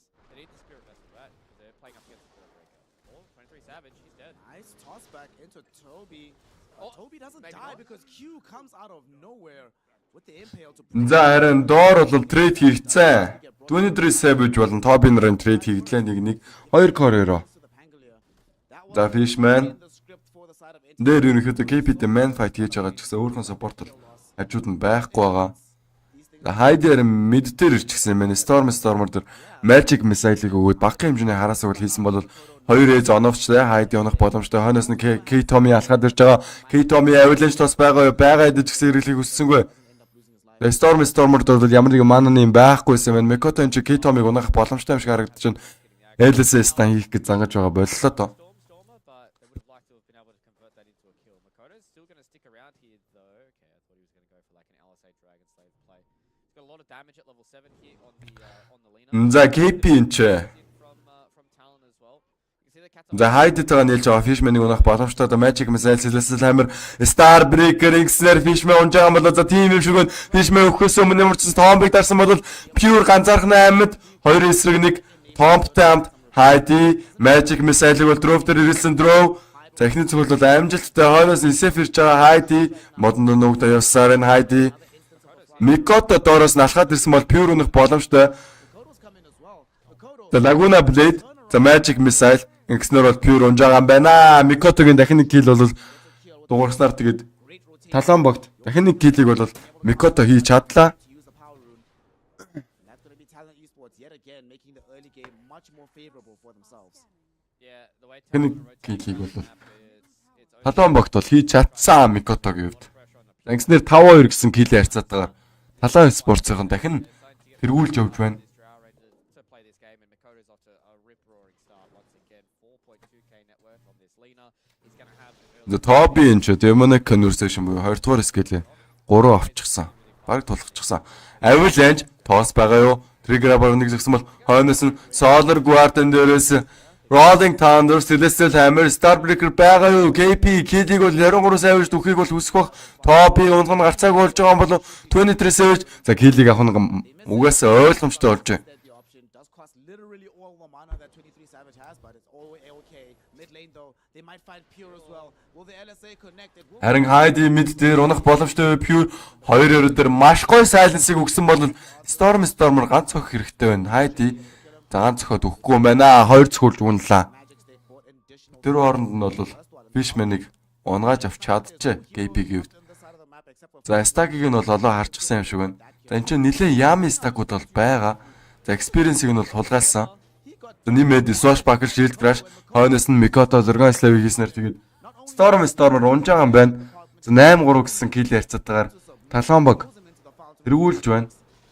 За доор 23 Savage унах боломжтой юу? Мана байхгүй юу ч хүү цайнаас өчх үү гэснээр 23 Savage бол унах нь ойлгомжтой болоо унж байгаа юм байна. Pure Dead Laguna Blade хойноос нь Zurgan Slave potentially kill Pure again. багахан хэмжээний хараас Drops OP.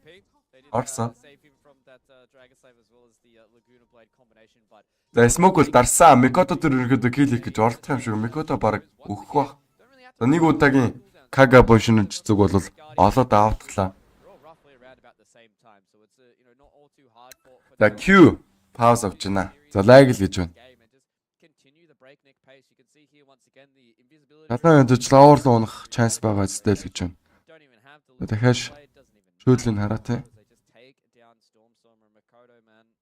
Every single time that I see this guy play Dota, every single time that I see this guy smile, and you know that he's having a good time. And he is one of those players that comes from Southeast Asia. За He tier do 1. a whole lot of work, and it's gonna be exciting. За ерөөхдөө тоглолтын дараа хэлээ да. Тэгэхгүй бол тоглоом резюм болчихлоо. YouTube-ийн үзэгч маань сая тэгж асуусан шүү. За хайдгийн үдх юм бол Vengeance Aura гэд скиллээ бүр 2 авчихсан байна. За Magic Missile 2 авчихсан. Stormer энэ ч доор гүүгээд байгаа л саяны Smoke яасан бэ? Kill явагдаж чадсан уу? Mikoto л ганцхан онцгсан байсан. Mikoto-гийн 23 савж.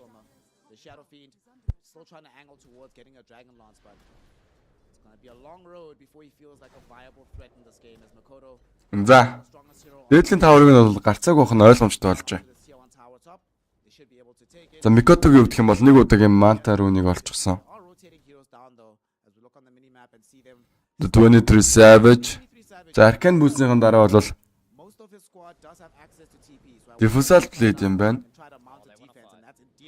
23 Savage ямар нэгэн зүйл хийж чадах уу? Q 2-2 дээр импил орогдох боломжтой.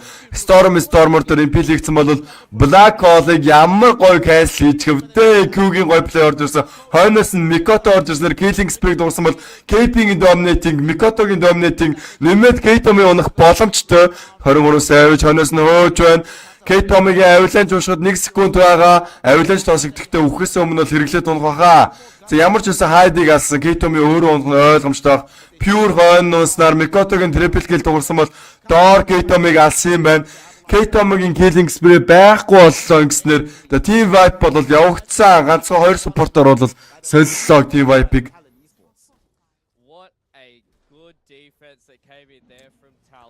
Аяя бүр 3 core hero нь бол Network-ийн chart-ыг бол тэргүүлээд эхэлсэн. Talon Esports-ийн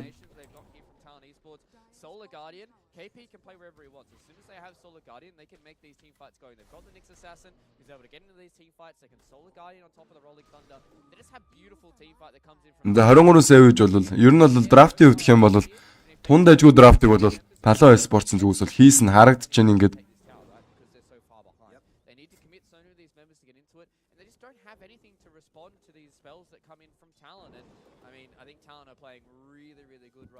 За энэ дээр ерөөдөө ялагдаж болохгүй мэн штэ Talon Esports-ийн хувьд. Өнөөдөр ерөөдөө бүх ялгуудыг авснаар тэгээд лаврлуул орох юм шиг байна.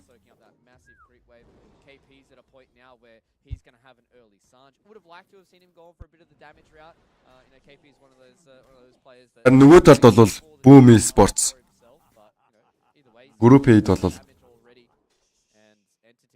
жоохон хэцүү байдалтай л харагдаж байна.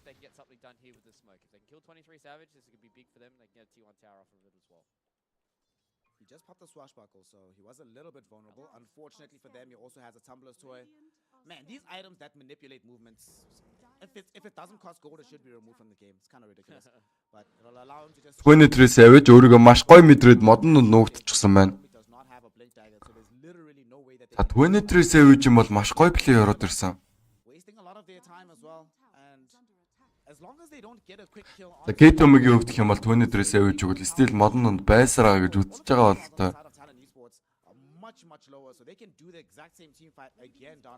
Маш гоё мэдрэмжтэй тоглолтыг үзүүлж байна 23 Savage. За Stormer дээр Rolling Thunder хэрэглээ 2-2 мөргсөн бол хойноос нь Solar Guard-наараа KP бууж ирээд Stormer-ыг алчсан бол нэмээд Fishman унах боломжтой 23 Savage өөрөө баларх боломжтой. Ямар ч үсэн swaplаад 23 Savage үл аварч байгаа юм байна. Swashbuckle-ыг амжилттай холбогдсноор тэгээд Fishman унсан бол top-ийн инженээс damage-ийг аваад яваад байна. За эцсийн damage-ийг нь бол KP хийснээр kill-ийг бол авсан. Нэмээд энэ чи K-Tom-ыг унгах боломжтой KP.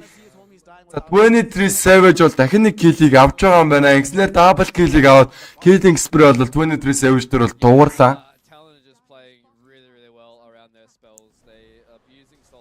Яа ямар гоё стак вэ тийм ээ. За 3 4 стак байх шиг үсэн. Бүгдийг нь бол хайр наргүй авч байгаа харагдаж байна. Entity багийн. Дан дээр ч ялсан, Team Vibe хийсэн.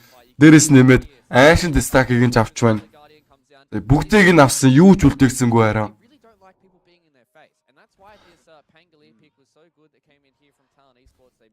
Авч болох бүх юмыг авлаа да хараа.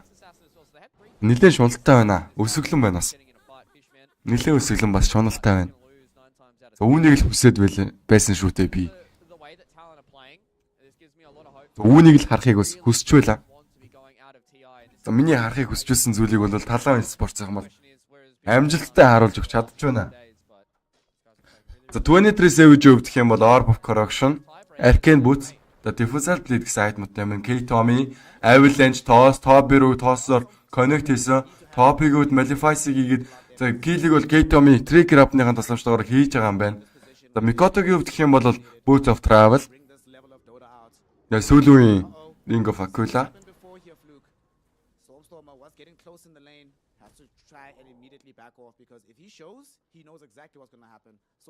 За KP араас нь бол Heaven Salper-ыг авах юм байна.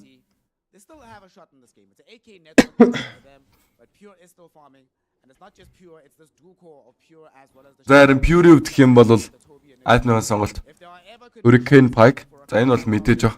Dragon Lance-ийг томруулаа Force нэгтгэснээр Hurricane Pike-ыг бий болгодог. За Mikoto дахин нэг удаагийн Manta Rune-ыг олж авлаа.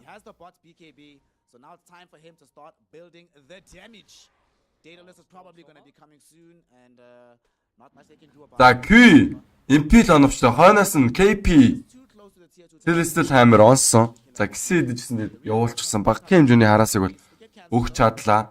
Stormer дээр. За Pure. За Hurricane Pike босоход бол багагийн хэмжээнийг олддог байгаа юм байна. За Smoke-ыг л дарсан. On the map, you need to try and have these sentry and obs wards combinations so you can understand where the assassin's coming from. You know, constantly have sentries on the ground just so you can see where this Nyx is coming from, and you have to try and think about the angles that he's coming from rather than playing your own kind of. The topic өвдөх юм бол Blink Dagger гэсэн айтемтай юм байна. Has been throughout this series so far and throughout the entirety of TI. So if you just force. За босод энигмагнуудаас бол арай өөрөөр тоглож байгааг та бүхэн харж байгаа. Өөр энигма байсан бол жишээлбэл Zayn энигма байсан бол мэдээж Red Pack таваа тоглох байсан баах.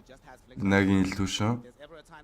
The K-Tommy, Avalanche, Toss, Rukku мэрэглэгцээр бүх common амжилттай Mikoto эцсийн дүнд бол BKB-г дарж чадсан. Solar Guardian-аараа KP 2-2 станцсан бол 23 Savage Rolling Tune дээр ашигласнаар double kill хийх боломжтой. Topi, Black Hole байгаа юу? K-Tommy буужрууд Avalanche-ийг хийснээр за нөгөө талд бол 23 Savage унж байгаа юм байна. Харин нөгөө талд за Mikotогийн HP бол нэлээд бага ус учраас ухрах шаардлагатай болсон.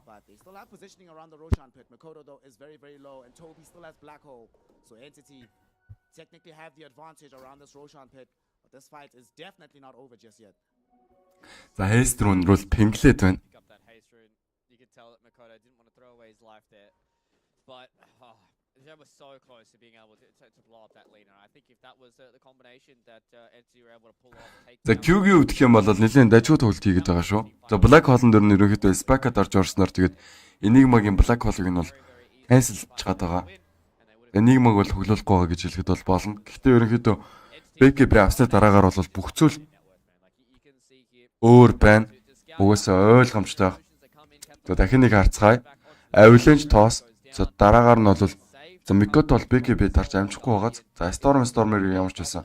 23 Savage унгаад чадсан. Rolling Thunder дээрээс нэг Shield Crash хийснээр нэмээд нэмчээ Drove унаах гэж оролцсон гэж гисэн. Доороос нь бол Top өгсөж гарч ирснээр төлөвлөгөөг нь бол нураасан. За Fishman бол Flash Golem дарчгаа тэгээд дунд нь Bossing-ийг зөксөөд байсан шүү дээ. За Heidi Jens 2 дугаар скилийн тусламжтайгаар Vision авч байгаа сайхан swap-лаад авах хэрэгтэй. Vision авсан. Swap байгаа юу? Impel ямар гоё орчихвол хойноос нь Magic Missile, Rolling Thunder, Shield Crash, X-Ner K-Tommy унах боломжтой. За онж байгаа манай килүүл Mikoto авсан. Dragon Slam-ийн тусламжтайгаар за Heidi дээрээс бол 23 Savage сая Swash Buckler гэлсэн Heidi үхээс өмнө бол Swap-лаад Enigma унааж авч чадсан бол KP балрах боломжтой юу? Fishman за ямар өндөр damage-ийг сая 23 Savage Swash Buckler-аас авч байна вэ? За KP 23 Savage хоёулаа slow ч гэсэн бол Shield Crash Swash Buckler X-ner low ground руу буугаад тэгээд гарч явж чадчих байгаа юм байна. Харин нөгөө талд бол за KP бол зүгээр алхаа явчихлаа шүү дээ.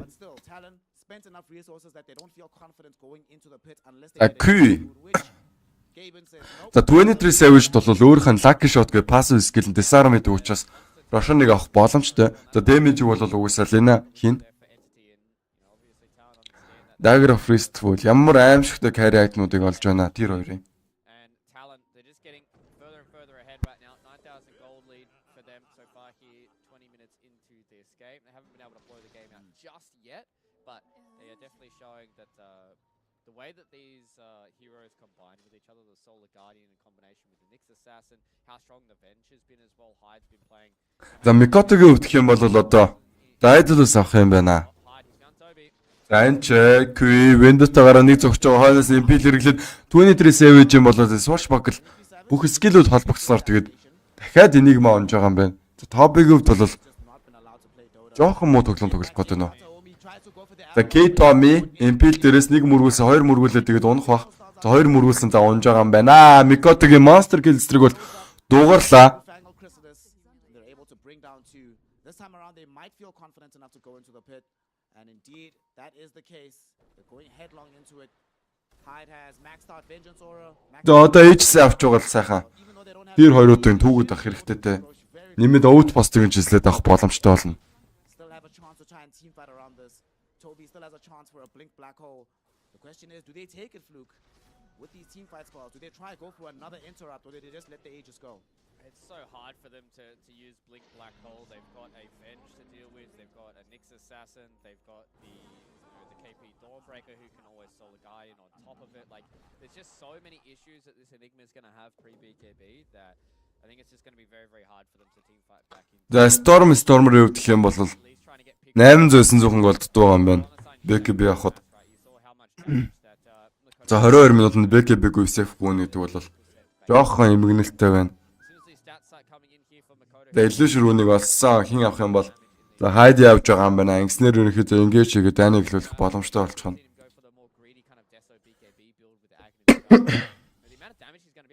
За Queen ч ерөнхийдөө Assassin хийх гээ яваад байгаа шүү дээ.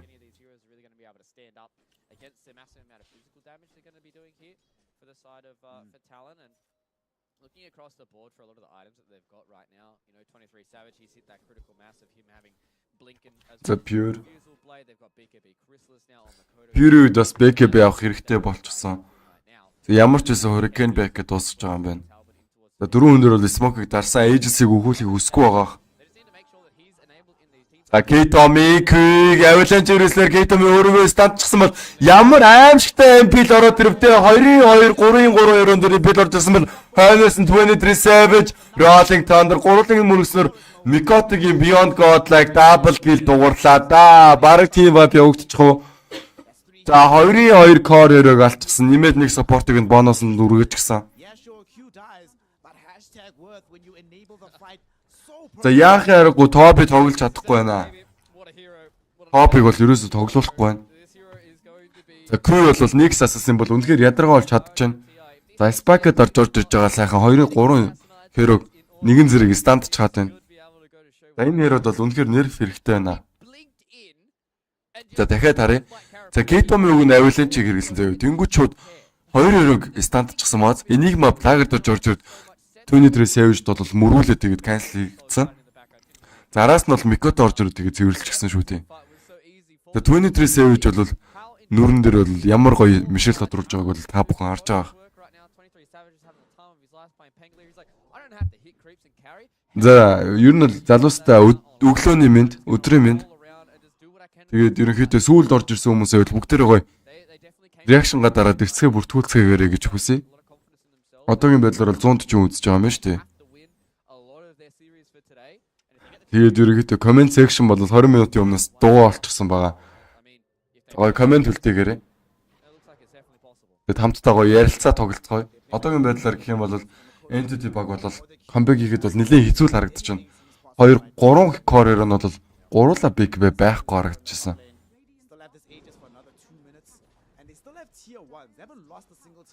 За Mikoto-гийн ерөөдөө Лена бол хүчтэй байна, хүчтэй. Бүр DD рүүнийг олоо гэрмалчихсан юм байна. Ингэснээр Daedalus-тайгаа бүр хатруулж чаж болно. Илүү өндөр damage-ээр vertical гэсэн. Base damage өндөр байх тусам vertical-ны damage бол нэлээд өндөр уурчдаг. Тийм учраас Morphling тайныг их зэрэг хэрэнүүд төр бол Daedalus гэдэг айтем ч бол нэлээд зогцоод байдаг шүү дээ. Without these spells, we actually can't do anything. And unfortunately, it seems like Talon Esports have the exact same read. They're like, wait a second, we have BKB on Lina, we have BKB on Dawnbreaker, we should go exploit the. За дидэрүүнийг активейт хийж байгаа Mikoto энэ чинь smoke-ыг дараа явж байгаа бол өөрөө унах боломжтой. Ямар ч гэсэн Vision дээрээс бол Q-г харсан, Q-гээс бүхээрөө зугцсан айсан. Ямар гоё плеероо дэрвэ Q-гийн. Зөрүүлээ топ энэ чинь Black Hole хийчих хэвээр юм болоо да. Хийсэнгүй хайд бол хойно зогсчихсон учраас 23 сая үж өгвөл аврах хойж. On the high ground and Hyde just swaps him back on this vengeful spirit. They can't bring down this Pango. Nonetheless, though, Entity do not get caught out. They made the correct map read as to what was about to happen. And thank God that they did because they had very high likelihood of being wiped if they got caught out. За Mikoto-гийн DD бол өгч байгаа юм шүү дээ.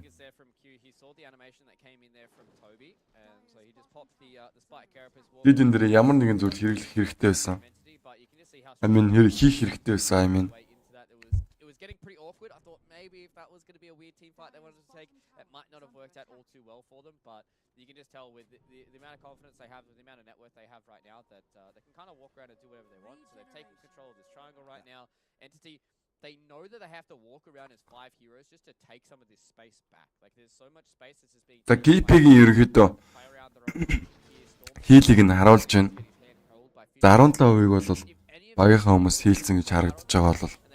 За Mikoto за доотлын таврыг нь авах нь бол гарцааг болжээ.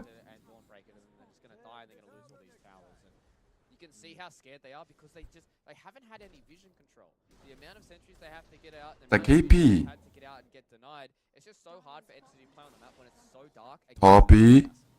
Топ-ийг үтгэх юм бол удахгүй. BKB-н дуусан. За Q-ийн чи яваад байгаа. Хоёр шиг Орос малгай өмсчихсэн. За Flappy Hat гэж яригдаад байгаа шүү дээ. Ерөнхийдөө хоёр Flappy Hat авснараа нэг Vitality Booster дээр төвцөн гэсэн үг. Юу Mental of Intelligence вэ?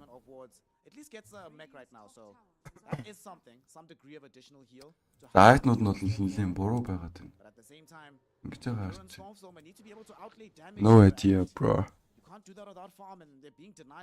За ерөнхийдөө тоглоомыг дуусгах тал руугаа хандвал яадаг юм бол доо Talon Esports-ийнхаа.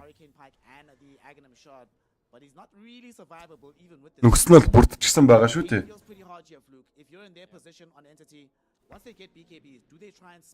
За Pure ямар ч гэсэн BKB-гээ босгосон байна. Хойноос нь бол Daedalus гэсэн айтмын сонголтыг бол хийн. За мэдээж base damage өндөртэй болохоор Daedalus-ыг хийж байгаа. BKB-гээ дарж амжих нь за дарж амжсан. Энд ч топи 3 цохиулаад вертикал 2 цохилтон ороод унчихсан бол хойно нь багийнх хүмүүс цугтаж байгаа. Pure-ийн BKB дуусгах. За Pure-ийн BKB дуусаж гисэн Stormer сүгсэн. За сүгэлтэн дээр нь бол түүний тэр Savage унж байгаа юм байна. Keitomi ч зүгээр гүүгээд байна. За Mikoto ерөнхийдөө гарчих хэрэгтэй юм болоо Talon Esports-ийнхаа. За carry hero бол алдсан. Энэ дээрээс бол гарах хэрэгтэй байна. За KP гарах уугүй юу? KP зүгт горлого хийж байна. За гарч байгаа юм байна. Гарч байгаа юм байна.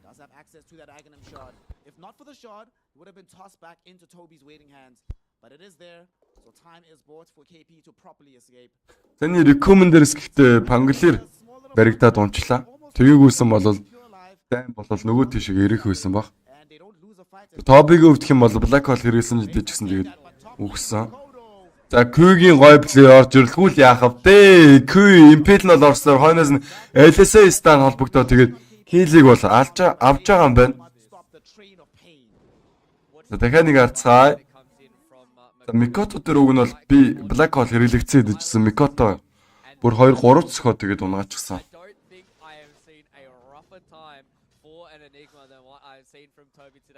За Pure ерөнхийдөө маш гоё байшлаа эзэлснийг бол харж байгаа. За high ground дээр зогсож байгаа low ground руу зохиод байна.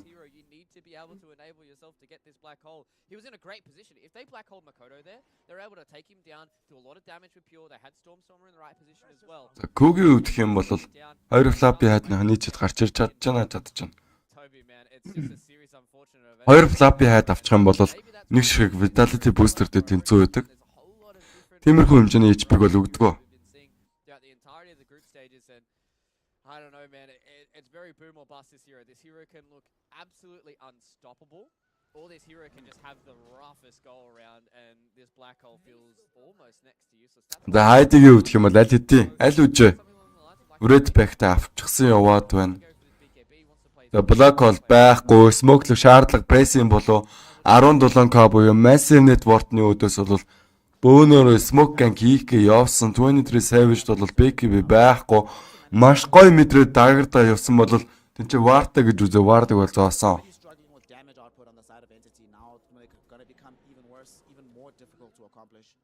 Харин топигийн хувьд гэх юм бол BKB босох юм байна удахгүй.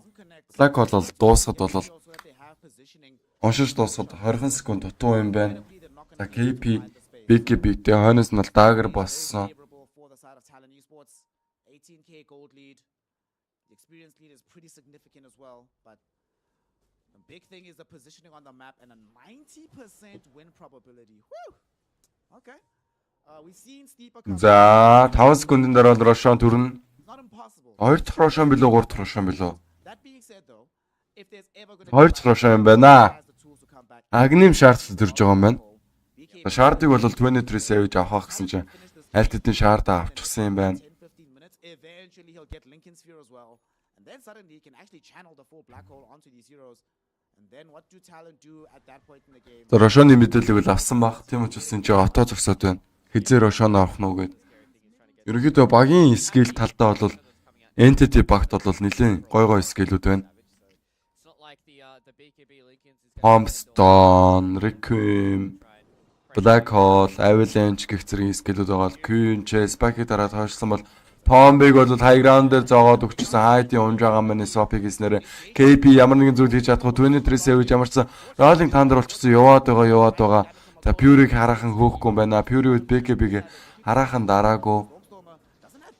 За Enigma болоо Undying нар унсан юм байна. Tomбиг нь устгачихсан. K-Tommy энэ ч Avalanche-лох орлоо. За бүтэлгүүцсэн бол за KP доороос ирж байгаа. За Swashback бол онсон. За одоо Рошоныг авах хэрэгтэй байна. За авчихыг гэж үзэж байгаа юм байна. За ялангуяа Ленад бол маш өндөр хэмжээний damage бол байгаа physical. 23 Savage бол сайхан lucky shot-ороо disarm хийгээд mana-гийн reduce хийгээд авахд бол нэлээд хурдан хугацаанд бол Рошоныг унгаан шүү. Age-сийг бол Mikoto авч байгаа юм байна. Шаардагч муу байдал.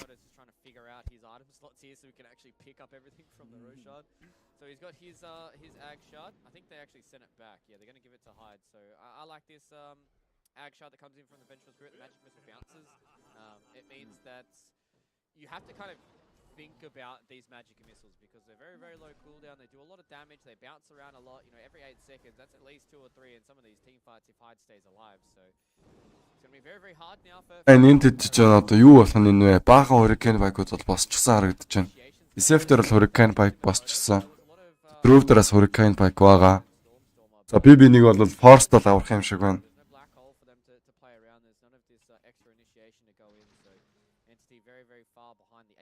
За 23 Savage, Shiva George-тай. За Basher-тай, Dagger-тай.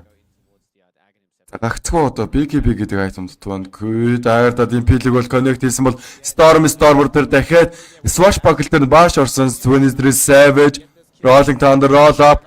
Cliff-эн дээр гарсан Dagger доошо буусан станц 2-3-2-ыг барьж авсан бол Enigma онхуу за Enigma онж байгаа мэн Soiler Gordon дээрээс станц болсон бол Enigma Black Hole хэрэглэж чадахгүйсэн buyback байхгүй Stormer унах боломжтой юу. За унахгүй юм байна. Ямар ч үсэн Undying buyback дуургасан.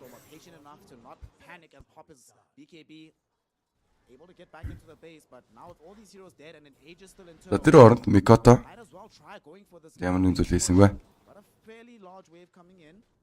Demolishing these creeps. What can they do on the side of Entity to stop this from happening? За Mikoto-гийн хувьд гэх юм бол одоо бас мөн л адил Hurricane Pike-ийг авах юм байна. Hurricane Pike бол ямар хүчтэй item болсон гэдгийг бол та бүхэн харж байгаа хэмжээс үүдээ бүх core-ыг аваад байна. За энэ ч pure баригдсан өгөх боломжтой Mikoto BKB-г дарж байгаа Furi-г алсан бол Beyond Godlike дуурсан. За энэ ч Stormer уснаар жижиг цаалал 2-1-ийн харьцаатаагаар Talon баг Entity баг-ыг бол буулгаад авчаадсан. За бүгдээрээ гарахаас өмнө сайхан реакшнгуудаа дараад явцгаагаарай. Өнөөдрийн бас donation онхыг бол анхны donation онхыг бас дуурахыг бас хүсэж байна.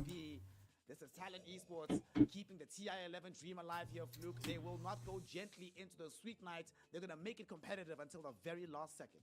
Ooh, it's looking spicy. This is a very, very. За дараагийн тоглолтыг би бас тайлбарлана. Дараагийн тоглолтыг нэг шалгаадах юм. За бүгд гоё ирцээд бүртгүүлээ гараарай за. Реакшнгуудаа дараад.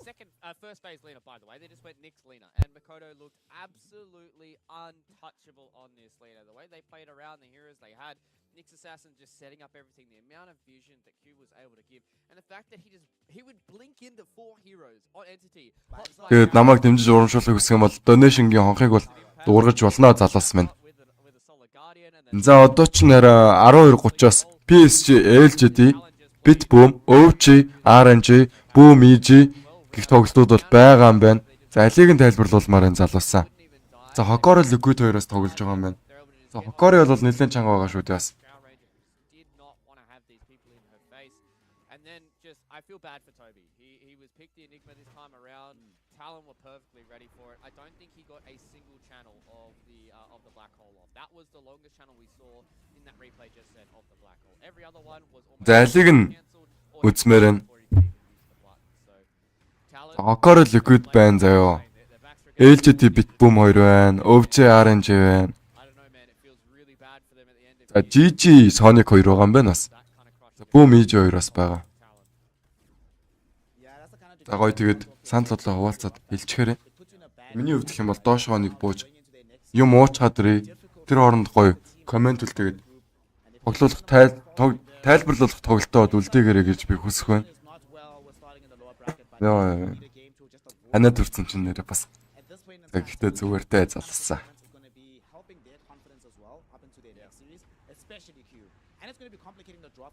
За тайлбарлуулах тоглолтоо бол үлдээгээрэй заа юу. Комент хэсэгт бол тэгээд би харж байгаа тайлбар хийчихье. За тэгээд түр баяртай залуус минь. Намайг дэмжиж урамшуулахыг хүсэх юм бол миний дансны дугаар баруун гар талд байгаа. Өнөөдрийн donation хонхыг бас дуургаж үзээрэй. Бүгдэнд нь хайртай шүү.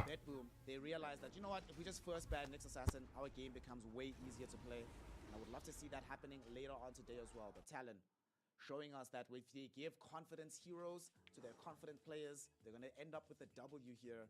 I do want to say as well, one thing that impressed me a lot about Talon Esports in this game was their movement on the map.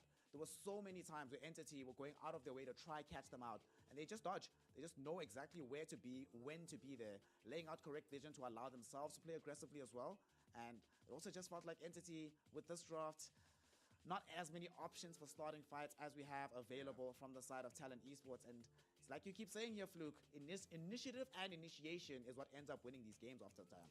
Yeah, I think Talon played really, really well around their vision, and I think that's one of the main reasons why this Nyx Assassin is so strong in TI right now. Is he demands a lot of vision, and he demands a lot of vision control as well. And if you start off with a very, very hot start, much like Talon did, they had control of the map for the most of the time. You saw towards the end of the game, Entity have a single observer ward, and they have a single sentry ward, and they have to play 5 heroes around it because they know that if Q ever gets the space that he's able to walk freely without any vision on him, he's going to walk in, he's going to spike carapace, he's going to impale 2 heroes, and then the fight just kicks off. And at that point, we've seen it time and time again with a lot of these games. If you're the one that has to play reactive, unless you've got something along the lines of like an Omni Knight and a Silencer, it is very, very hard for you to react to these team fights. And Makoto, he had free reign of this game, 18-0-6. He dominated Stormstormer in the mid lane.